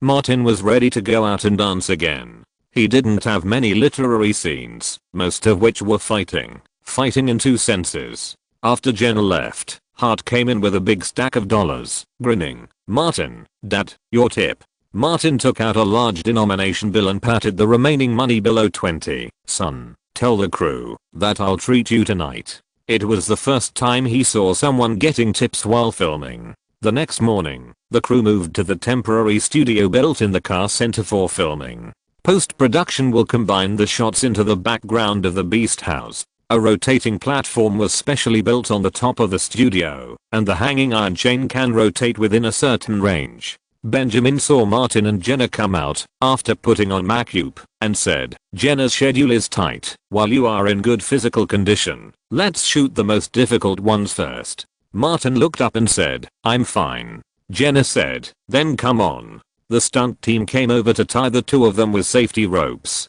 After trying a few times, Martin quickly mastered the force generating techniques with the good foundation of his previous life, and the filming officially began. Chapter 70 Romantic Stars. The black BMW stopped in front of the Bishu bar. Martin got out of the car, walked into the bar with 3 steps, pulled out a high chair, and sat in front of the bar. He snapped his fingers inside. "Hi, beautiful lady, have a martini." Elena glanced at Martin. "Are you tired from work today?" Martin took out the money and put it on the bar. "It's all action scenes.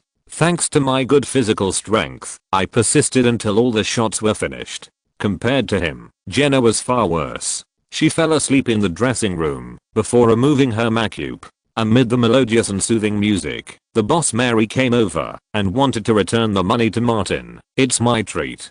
Martin would not make things difficult for Elena. "Mary, if you don't take the money, how can I come to drink in the future?" Mary smiled and took the money. Martin drank the wine prepared by Elena and felt much better. There were not many people in the bar in the afternoon. Elena took out paper and folded paper airplanes. There was a large paper airplane advertisement in the advertising column behind the bar. Martin signaled with his eyes. "Are there many people who want it?" Elena deliberately changed her past speaking habits and forced herself not to swear. "Many people come here to taste it." The reputation of Paper Plane has spread very quickly in the past few weeks. Several New York bartenders came all the way from Manhattan to exchange experience with me. In fact, I can see that they want to pay for the recipe. Martin still had the same attitude. "It's up to you to decide." Elena poured another glass of whiskey for Martin. "Drink it slowly." Martin nodded, and when someone came to order a cocktail, he took the wine to a quiet place, took out his headphones, and put them on, turned on the recorder, and learned the Hollywood accent as usual. Just after finishing a glass of wine, Lily, who was wearing a t-shirt and cropped pants, came over from the bar. Martin took off his headphones and pointed to the opposite side. "Sit down." Lily put her backpack on the table, took out a water bottle from it, bit the straw, and drank the water. Martin said, "Put it away." Lily put it away aggrievedly and asked curiously, "Did your filming go smoothly?" Martin said vaguely, "It's okay, it's all action scenes. Very easy." Lily asked, "Action scenes?" Martin simply said, "This is a horror action comedy, a vampire zombie type, with a lot of fighting scenes. It's very tiring to shoot." Lily said lightly, "It's not difficult for you, right?" You boasted that you are the most talented person in Atlanta. The most talented. Martin pointed at her. That's enough. Shut up. Lily asked, can I go and see you filming? Martin didn't want to talk to her. Elena agrees. Lily muttered dissatisfiedly, does my sister have no human rights? Martin took out his headphones and put them on, completely ignoring her. Lily took out a newspaper from her bag, found the information page, and looked for part-time jobs for people over 14 years old.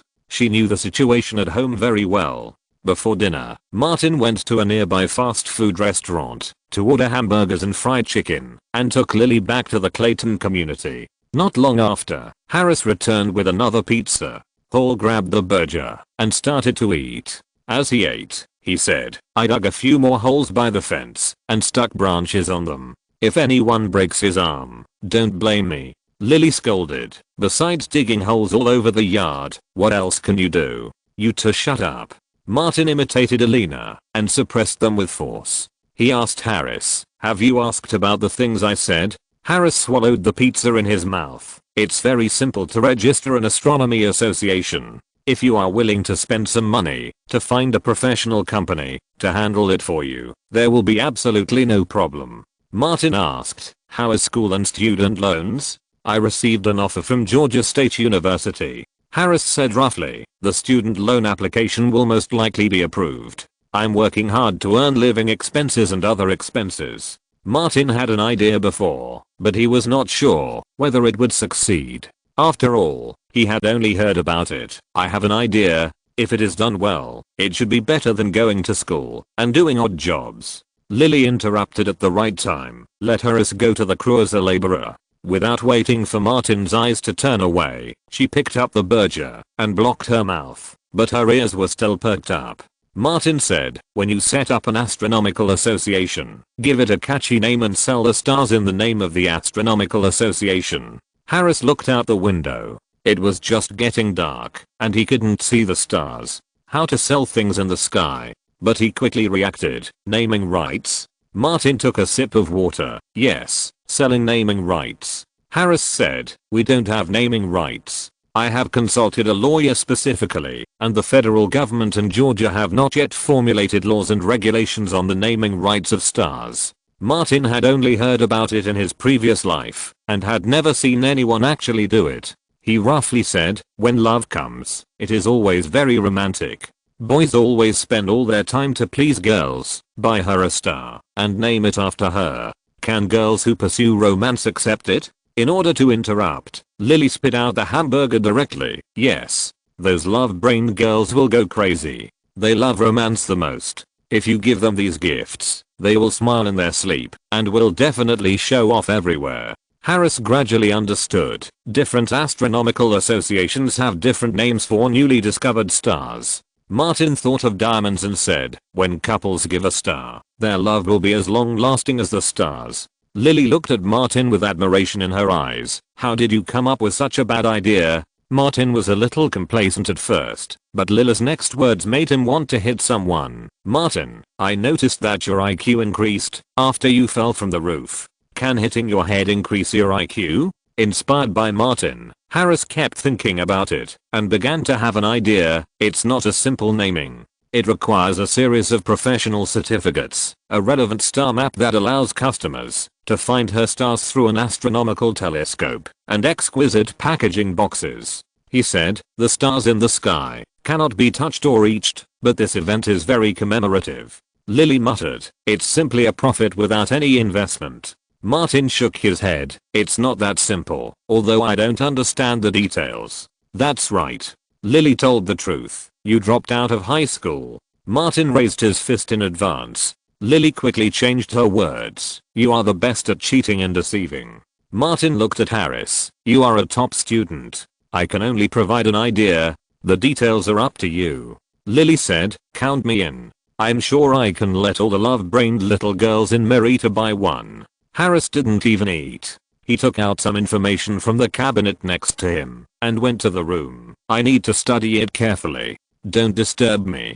Before entering the room, he turned around. Martin, if the business can be done, half of the profit will belong to you. Martin waved his hand casually. I can't sell too much. It should not be a problem to earn some living expenses. Chapter 71. Veteran among veterans. Go back to hell, devil. Jenna, wearing a leather jacket, shouted angrily, this world is not where you belong. Robert faced the camera and spoke his first lines in his life. The rotten church stinks worse than hell. Hunter, you've come to the wrong place. You should go to the church to exorcise demons. He waved at Martin. Kill her. Martin jumped off the stage. Jenna pulled out the shotgun from the side of her leg and pulled the trigger. Robert screamed and flew backwards. Benjamin called a stop at this time and announced that the scene was past. Robert climbed up from the sponge mat, feeling a little excited, and asked, how was my line? How was it? Martin came over and patted him. Great.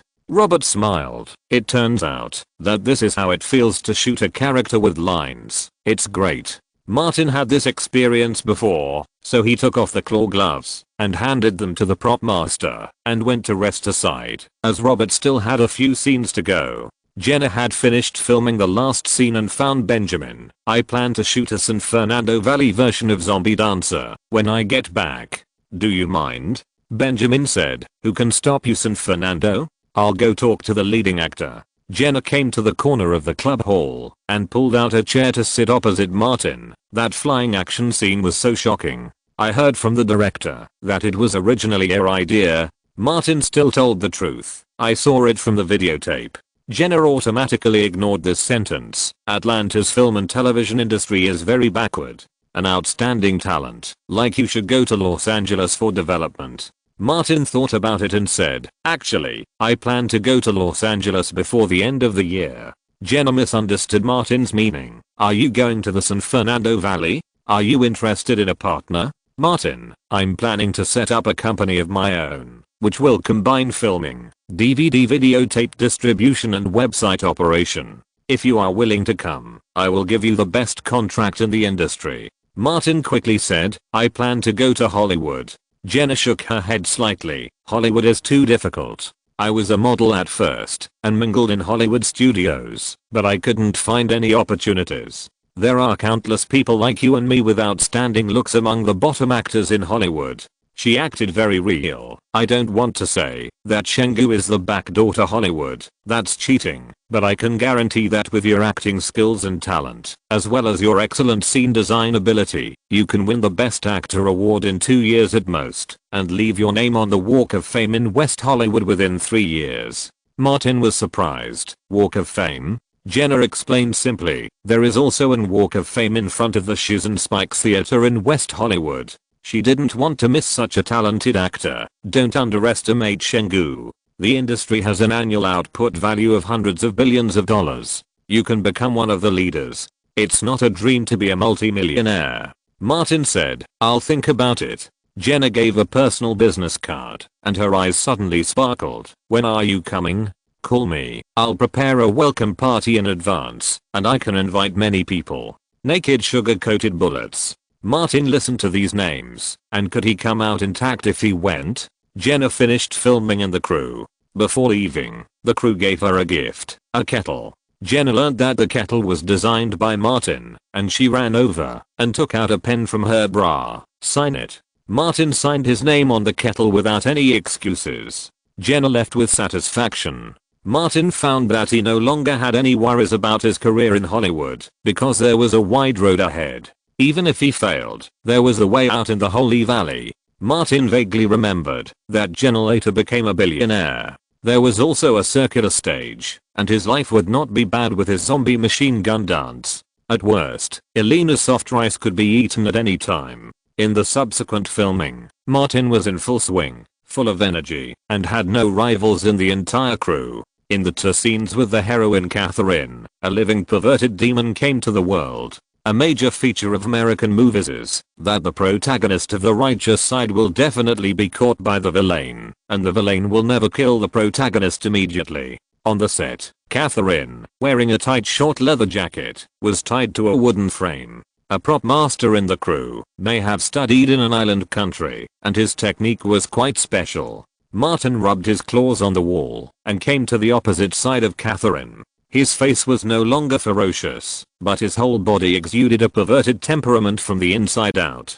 His eerie words made people shudder. "You will be like your sister. I will suck all your essence and turn you into a mummy." Catherine's roar was accompanied by a hint of weakness. "Devil, I'm not afraid of you. Come on." Cut. Benjamin called a stop and shouted to Catherine, "You have to provoke the devil now. Let him attack, and then you use your talent to suck away his essence. Understand? You have to be brave and decisive, not weak." Catherine signaled Martin with her eyes. Martin acted too well, too much like a perverted devil. "Scared me." Benjamin signaled the prop master. "Let her go first. Rest and adjust for 20 minutes." Martin took the initiative to communicate with Catherine, and the two whispered and exchanged their views and experiences on the characters. 20 minutes later, everything was ready, and filming started again.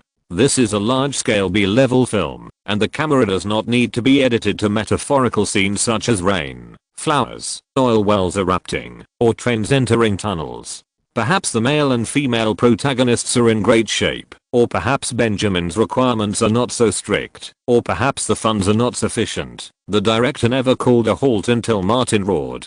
The male protagonist lost this primitive battle scene. In the final battle, the male protagonist, whose essence was sucked away, suddenly lost his strength, while the female protagonist's fighting power increased sharply, and finally killed the demon, and destroyed this vampire cave. But the female protagonist solemnly preserved the male protagonist's head as a commemoration of her demon hunting career. At the end of this play, the male protagonist's head disappeared inexplicably, and the female protagonist became pregnant. The crew filmed for more than 3 weeks, setting a record for the longest shooting of a single play since Benjamin became a director. In the last scene, the team led by the female protagonist bloodbathed the zombie male dancer club and killed all the demons including the handsome men's group and the boss. Chapter 72: Unfastening the buckle and putting the ring on. Before the crew moved to post-production, the Zombie Gigolo studio booked the entire Beast House club and held a celebration party.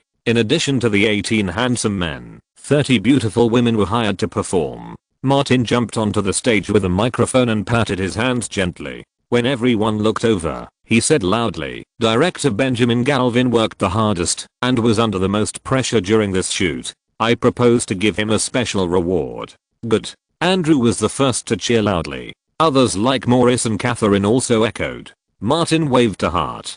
Hart immediately took 10 beauties on stage. They all took off their coats, leaving only front button bras. Benjamin was still in a daze when he was forcibly pushed onto the stage by the filming team. Martin snapped his fingers at the DJ. "Let the music start." Benjamin pointed at Martin and scolded him with a smile. "Very good. Wait and see how I deal with you." Martin shouted, "Come on, let's see your ability with your mouth." Benjamin himself was not a serious person. How could a serious person come up with a Marzenxi? Benjamin struggled for a long time, but failed to untie it. He changed to the next one, but it still didn't work. Martin made a noise. "Our director is not good enough." Benjamin jumped up, grabbed the microphone, and shouted, "We welcome Mr. Martin to demonstrate." Hart shouted loudly, "Martin dad, let them see why you are a dad." The other people in the crew also shouted. Benjamin waved his arms to stir up the atmosphere. "Martin! Martin!" The people below the stage shouted together, "Martin! Martin!" He deliberately looked at Benjamin. He will not be ashamed of not being able to do it in front of a beautiful woman, because he can look up whenever he wants. Hearing that he couldn't do it, Benjamin was stimulated and shouted, "If you can't do it, I'm going to put the microphone in your mouth." Martin responded tit for tat, "If I can do it, you eat the microphone." Benjamin raised the microphone. "I eat it." Robert shouted loudly from the audience, "Martin, I support you." Andrew pointed at him and said, "Come on, 2 people, pull this traitor down and cut him off." Before Benjamin could react, Martin flashed before the next target, and there was another swishing sound, and the fabric was torn again. This was an activity he arranged. Of course there was a back door. No, there was a bug.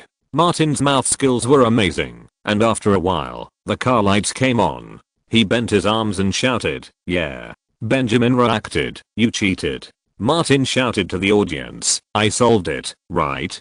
Do you want to see Benjamin eating the microphone live? Eat. Eat. Everyone started to make a noise. Martin waved to Bruce on the side of the stage. Old Bruce, where's your Vaseline? Throw a bottle up.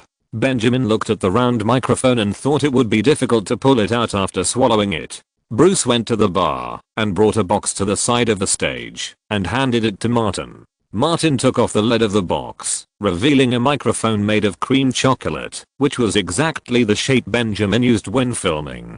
Director, have a taste. Martin handed it to Benjamin. Benjamin pointed at Martin. You guy, if you want to give it to me, just give it to me. You have to do so many tricks. Martin thought to himself, how can you remember it deeply without doing some tricks? Although he didn't have any memories of Benjamin Calvin's previous life, Martin felt that he was very good at shooting B-level movies. Who can predict the future? Benjamin finished the chocolate microphone in one breath and walked off the stage with Martin, leaving only 20 headlights behind. The men's carnival came to an end for the time being, and it was the ladies' turn to appear. If they really wanted to play, Martin would be no match for them. The financial director of the crew, named Brianna, took thousands of dollars in tips on the spot and asked the handsome men's group 4 warriors, Hart and 10 other people, wearing only shorts, went on stage, and according to the women's request, they lay flat on the stage and erected the poles as quickly as possible. Brianna asked someone to bring up 5 large buckets of plastic rings with a diameter of a fist and shouted, sisters, put the rings on, and those who get it right will take it away directly. Whoever is capable can put 2 or 3 together and take them away. The crew will pay for tonight. Everyone rushed to the edge of the stage frantically, picked up the plastic rings, and threw them up. Colorful, like flowers scattered by fairies. At the bar, Bruce asked, does your circle play so extravagantly? Martin looked at Benjamin. Hollywood should play even more extravagantly, right? Benjamin actually had no experience in this field, but he couldn't show his timidity. This is nothing. Robert had just gotten a role with lines, and his self-confidence was overflowing. He came over and asked, Director, do I have the potential to be a big star? Benjamin looked at him carefully, patted Robert on the shoulder, and said, I'm not trying to discourage you, but even if you go to Hollywood and sell yourself, it would be hard to find anyone who wants you.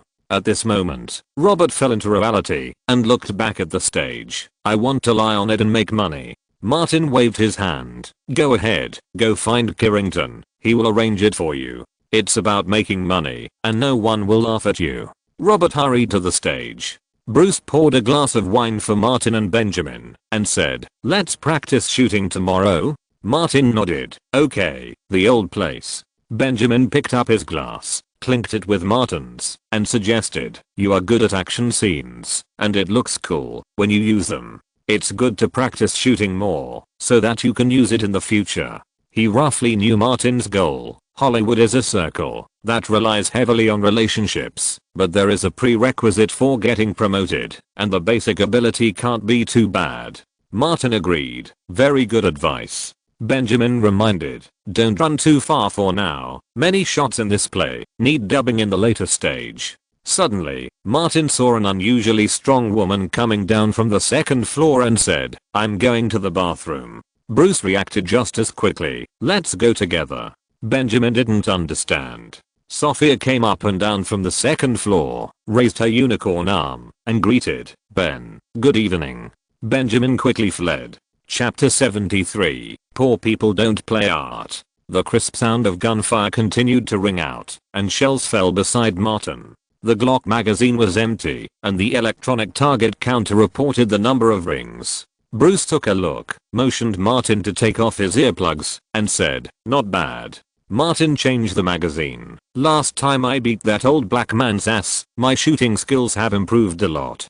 Bruce analyzed. After a successful practical experience, my confidence has increased. He picked up an R and took Martin to change the target position. Try this, the most common rifle in the United States, which is very different from pistols and shotguns. Martin checked the gun, which was obviously semi-automatic, and asked, I heard that it is easy to convert it to full automatic? Bruce nodded. Just add a bump stock, you don't have to think about these, semi-automatic is enough for you. Martin followed the instructions Bruce told him, and fired a magazine in a row. He felt that a shotgun was more suitable for home self-defense, but he still studied very seriously. Should this be considered a basic skill for Hollywood male stars? The two of them each fired 2 magazines and returned to the rest area. There is no need to play until your shoulders are sore. Martin ordered 2 cups of coffee, and Bruce asked, "Are you really planning to go to Los Angeles?" "I'll leave after I'm done with the zombie dancers, probably after the Savannah Film Festival." Martin asked, "Didn't you reconcile with Monica?" Bruce said, "It's all over. She thinks I'm a pervert." Martin said, "You didn't tell her that you just licked the photo and didn't soak it in water to drink. It's not too perverted." Bruce shrugged. "She came to me to get back together and happened to see me soaking the photos in water." Martin admired him sincerely. "I, a pervert, think you're a pervert."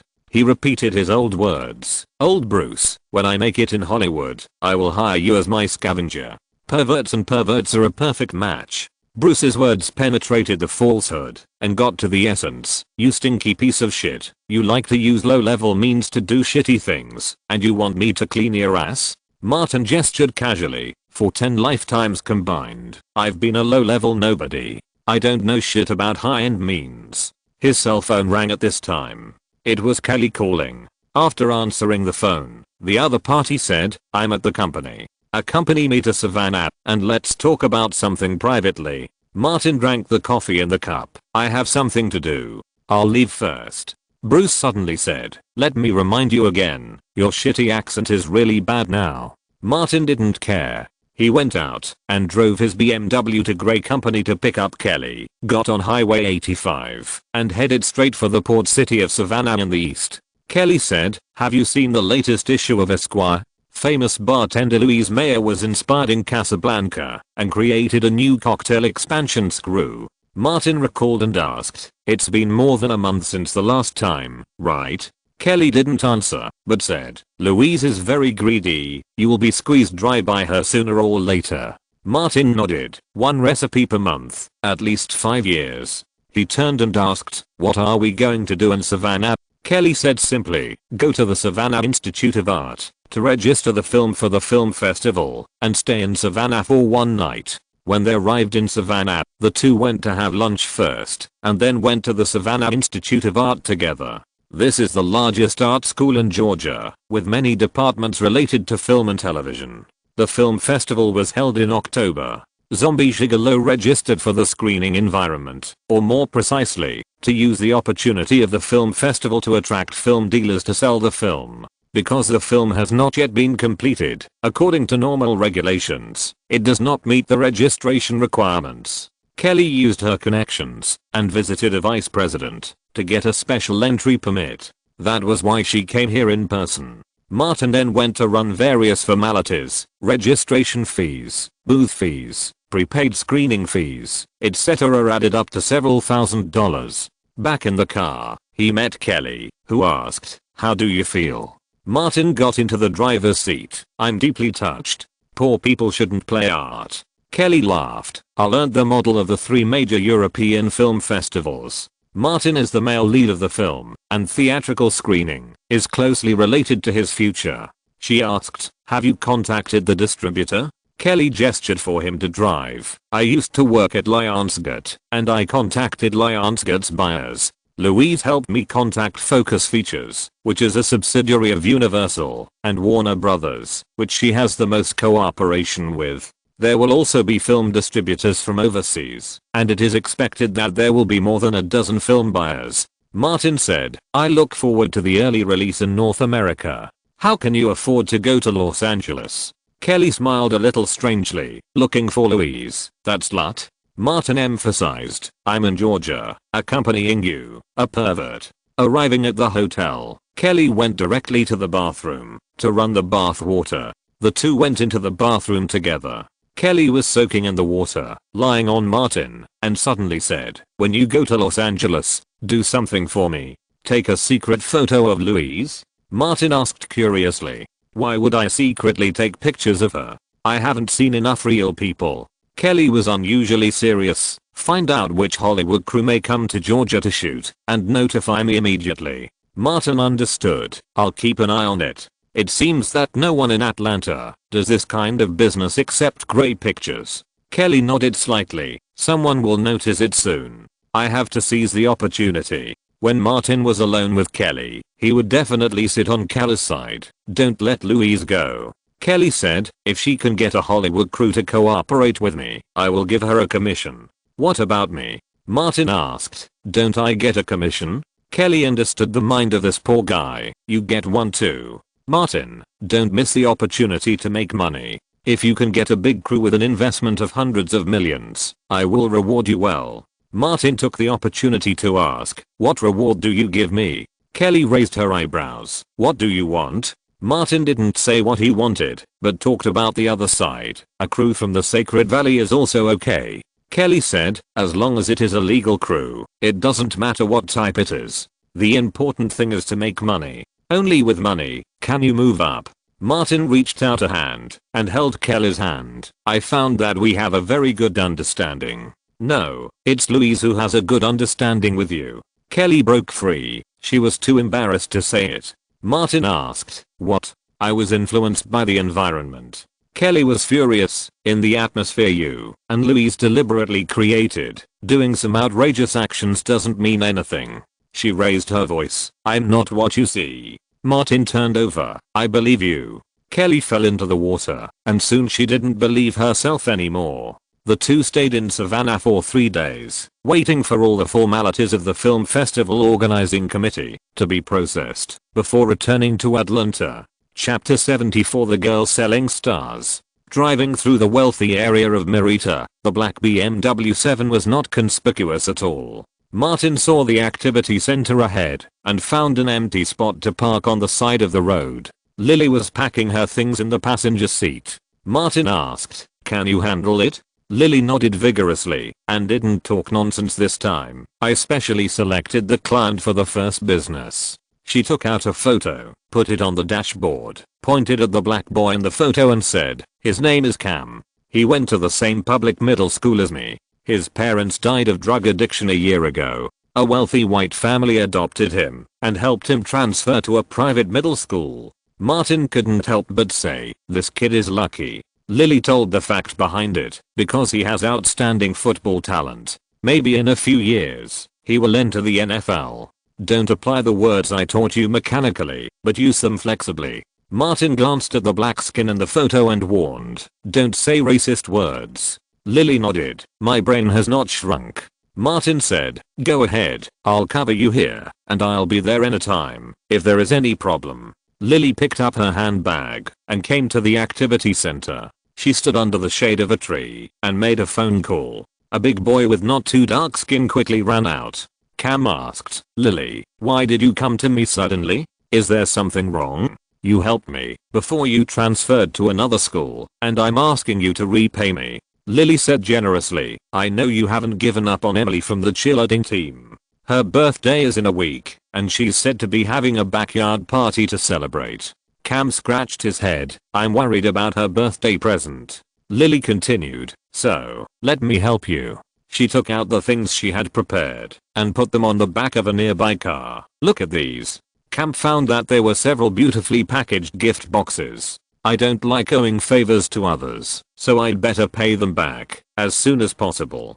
Lily opened the greeting card-like package, which contained a beautiful star map. One of the stars was printed particularly brightly. This is a star in the Andromeda M31 galaxy. Seeing Cam's confused face, Lily decided to be direct. The Atlantic Astronomical Society sells the naming rights of this star. It can be named after a person or anything else. Emily is a member of the school's astronomy club. You give her a star, and then you will gain love. Someone passed by, and Lily coughed lightly, took out the certificate, and documents of the Atlantic Astronomical Society to show Cam. This is the Atlantic Astronomical Society, one of the largest astronomical organizations in the United States. Cam, think about it carefully. What can you give her that can be more stylish and classy than giving her a star? Diamonds? It's older than stars? Cam's heart was moved. A star in the sky was named after Emily. Emily was absolutely moved. Lily continued to add, I'm a volunteer at the Atlantic Astronomical Association this summer. When I came across such a good opportunity, I thought of you first. If you don't want it, I will give it to Emily myself. I want it. I want it. Cam was very conscious. How much? Lily said, just give me $200. I will keep an eye on the association and ask them to mail the certificate and star map to you as soon as possible. Cam's adoptive parents treated him well, but there were only a few dozen dollars in his pocket. He said, wait a moment, don't leave, and wait for me to come back. Lily nodded, go ahead. Cam ran back to the activity center and borrowed money temporarily. Lily took the money, wrote down the mailbox of Cam's adoptive parents' home, left here, and got into the BMW. Martin asked, is it done? Lily took out the money from her pocket and threw it in her hand. $200. Martin said casually, you are asking for a high price. I remember that a guy only spent more than 100 RMB to buy it. Hey, get it clear. Lily emphasized, what we sold him was a star. A star. Martin asked, next target? Lily flipped through the notebook and took a look. Go to the Margaret Memorial Hall. The administrator's son used to take lessons from Harris. He is an astronomy enthusiast. I guess he is willing to pay for the naming rights of a star. She continued to flip through. Another one is the daughter of Methodist member. Elena used to be a volunteer in the Methodist church. I have heard her talk about it many times. Martin understood. You have used all the resources you have accumulated before. Lily smiled. No need to waste it. In the afternoon, Andrew called Martin. Martin happened to be in the West City, so he simply went to the Freedom Association to ask him for the social investigator materials. Martin said to Lily, who was following him, don't say bad words. Don't make a fuss all the time. Lily replied, okay. Martin was still worried. You'd better not talk. When they arrived at the social investigator's office, only Andrew was there. Andrew gave Martin a set of materials and suddenly became mysterious, lowering his voice. I prepared a gift for Kelly's assistant Ella. As he spoke, he took out a handbag printed with the Atlantic Astronomical Association and took out beautifully packaged star maps, glass stars, certificates, and documents from it. I have always wanted to give Ella a gift, but ordinary things are too vulgar, so I bought her a star, named after Ella. Martin would not make a mistake. The thing in his hand was exactly the same as what Lily put in the car.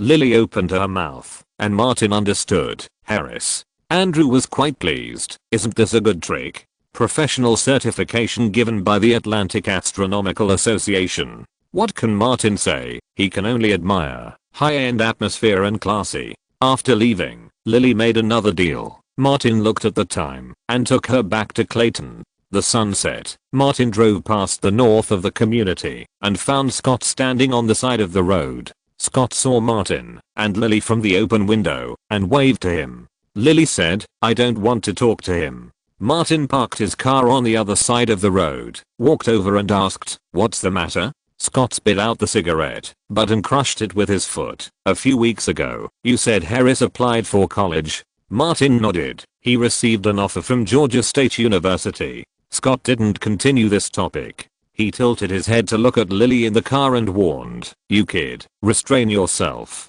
Shut up. Martin pointed to his chest. I'm a person with principles and bottom lines. There was no need to say more, since they didn't agree, so Martin went back to get in the car. Scott raised his middle finger to him. Martin also raised his middle finger in return. The car turned from the intersection. Martin glanced back, and a black business car stopped next to Scott. Scott lowered his head and got into the car. At night, in an apartment in Midtown, Sophia was wearing a vest and shorts, revealing her muscular body. Across the street, Scott twisted his body and kept taking off his clothes and throwing them away. Compared to the sturdy Sophia, his thin and charming body was like a willow in the wind. When Scott was left with only a pair of shorts, Sophia hooked her finger, and Scott swayed his body and walked closer. Sophia rolled up a dozen $20 bills and stuffed them into Scott's shorts. You old rabbit, you should go to the House of Wild Things and learn how to dance. Sophia wiped her mouth. Where is the wine you poured? Bring it to me. Scott handed the wine to Sophia, and Sophia drank as boldly as she looked, and drank it in one gulp.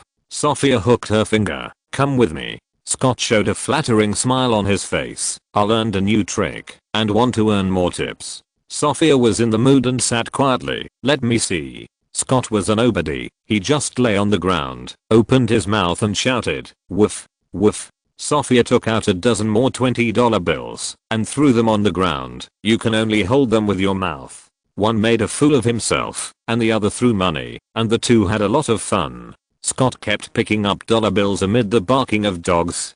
Chapter 75. Crazy. In the morning, Elena had just finished breakfast when Martin, with washed hair, walked into the Carter's house on time. Lily wanted to speak, but Martin's fist was already raised. Elena asked, "Did you go to exercise?"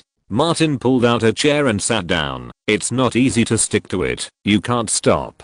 Lily suddenly asked, "Is Martin very strong?" Elena's mind was a little slower. "How should I know?" With a swish, Martin's fork pierced into the most protruding point of the round bread. Lily's spoon fell to the ground with a snap, and she quickly picked it up and continued to eat, as if nothing had happened. Martin asked Harris, "How many copies did you sell?" Harris was beaming with joy. 6 copies. I made $1,200. Even Lily, an idiot, can sell 4 copies. Elena was surprised. "Is this business easy to do?" Martin said, "You can't count it that way. The first batch of customers were carefully selected." Harris took over and said in detail, "Among the 6 people I circled, 5 bought it, and the other one was a passerby." Martin guessed that the passerby must be Andrew. Harris went back to the room and took out a bag and wanted to give Martin half of the money. Martin waved his hand as my meal expenses.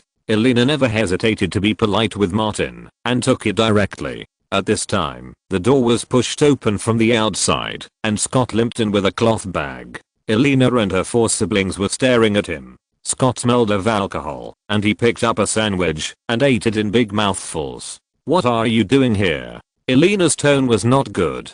Scott finished the sandwich, wiped the sauce on his t-shirt, threw the cloth bag in his other hand on the sofa, looked at Elena and Harris one after another, and said, "These are all I have." Martin guessed what was in the bag and looked at Scott curiously. Elena opened the bag and there were 6 small rolls of 20 denomination US dollars in it. Harris asked, "Scott, these?" Scott didn't say anything, turned around and walked out. After walking a few steps, he suddenly turned back, walked quickly to the bag, picked up a roll, and put it in his pocket. "I need to buy some wine and points." He hesitated for a moment, picked up another roll, and put it in his pocket. When he started to move, Scott only had the dollars in his eyes, and his hand reached out again to grab the bag. Elena snatched the bag and hid it behind her. "All idiots, a bunch of trash." Scott limped away. Lily ran out and chased to the door, only to see Scott walking towards the new dealer's base without looking back.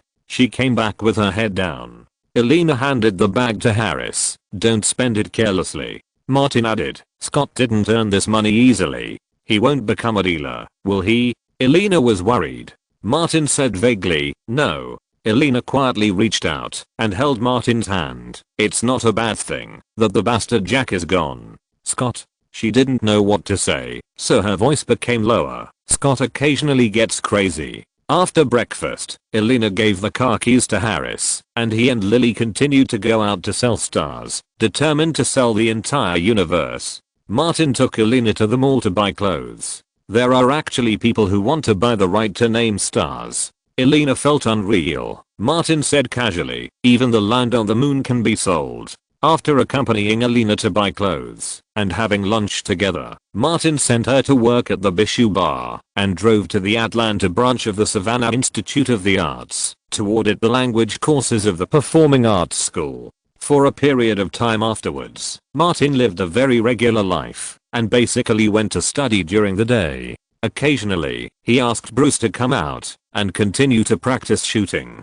not only for his future career, but also for safety considerations. In addition, Martin asked Kelly Gray to help collect information and study the operation of Hollywood movies. These are what Martin lacked. By September, Harris was enrolled in college, and Elena was gradually gaining fame in the bartending industry, with tips alone being enough to support the family. Faced with competitors trying to poach her, Boss Mary had to raise her hourly wage to $10. Martin also became busy, spending most of his time at Gray's company dubbing the first cut of Zombie Gigolo. He had the most scenes in the film, so naturally he did the most dubbing. Director Benjamin had multiple roles. In addition to being an editor, he was also a dubbing director. Ah. Ha ha. In the dubbing room, a very strange male voice sounded, as if he was doing something shameful. Come on. After a dubbing session, director Benjamin gave a thumbs up to the dubbing studio. Martin put down the headset and came out, took the towel from his assistant, and wiped the sweat off his hands. Ben, the films you directed have given me a lot of experience. Benjamin said, don't be modest, you are born this way. Martin hit back, you are the most suitable person to go to the Sacred Valley. The Sacred Valley needs you to save it. Now the films in the Sacred Valley are becoming less and less plot oriented, and there is no fun at all. He came to Benjamin, with your talent, you will definitely become a god and win the Best Director award. Benjamin said, I haven't found a wife yet. Martin was surprised. What does this have to do with finding a wife? You don't know? Benjamin saw that Martin didn't seem to be pretending, and said, those who can win the Best Director award either have a wife as the heroine or a husband as a hero. Martin sighed, it's even more cruel than the Oscars. After a few nonsense words, people relaxed and Martin went into the recording studio again. The lines written by Benjamin matched the atmosphere of B-level movies very well. Martin got into the mood and gestured to the screen in the recording studio, either surrender to me or I'll blow your head off. When it came to the flying battle, Martin watched himself and Jenna flying in the air, fighting for life and death. He has rich practical experience and can always shout the most appropriate howl at the most appropriate time. The dubbing of this scene was finished and it was time for lunch. Andrew ran over and invited Martin and Benjamin to a nearby restaurant for lunch. While eating, they discussed the dubbing for the afternoon. Benjamin said something. Martin, an excellent actor, it is very necessary to strengthen in-depth communication with women. For example, in our play, an actor with sufficient practical experience can shoot the play very smoothly. Martin thought it was very correct. The three of them discussed the serious art of film, and no one would think of it in a biased way. Benjamin added, if these scenes use inexperienced actors, even if I write all the lines, he knows what tone to use. He praised Martin, you are the experienced young woman.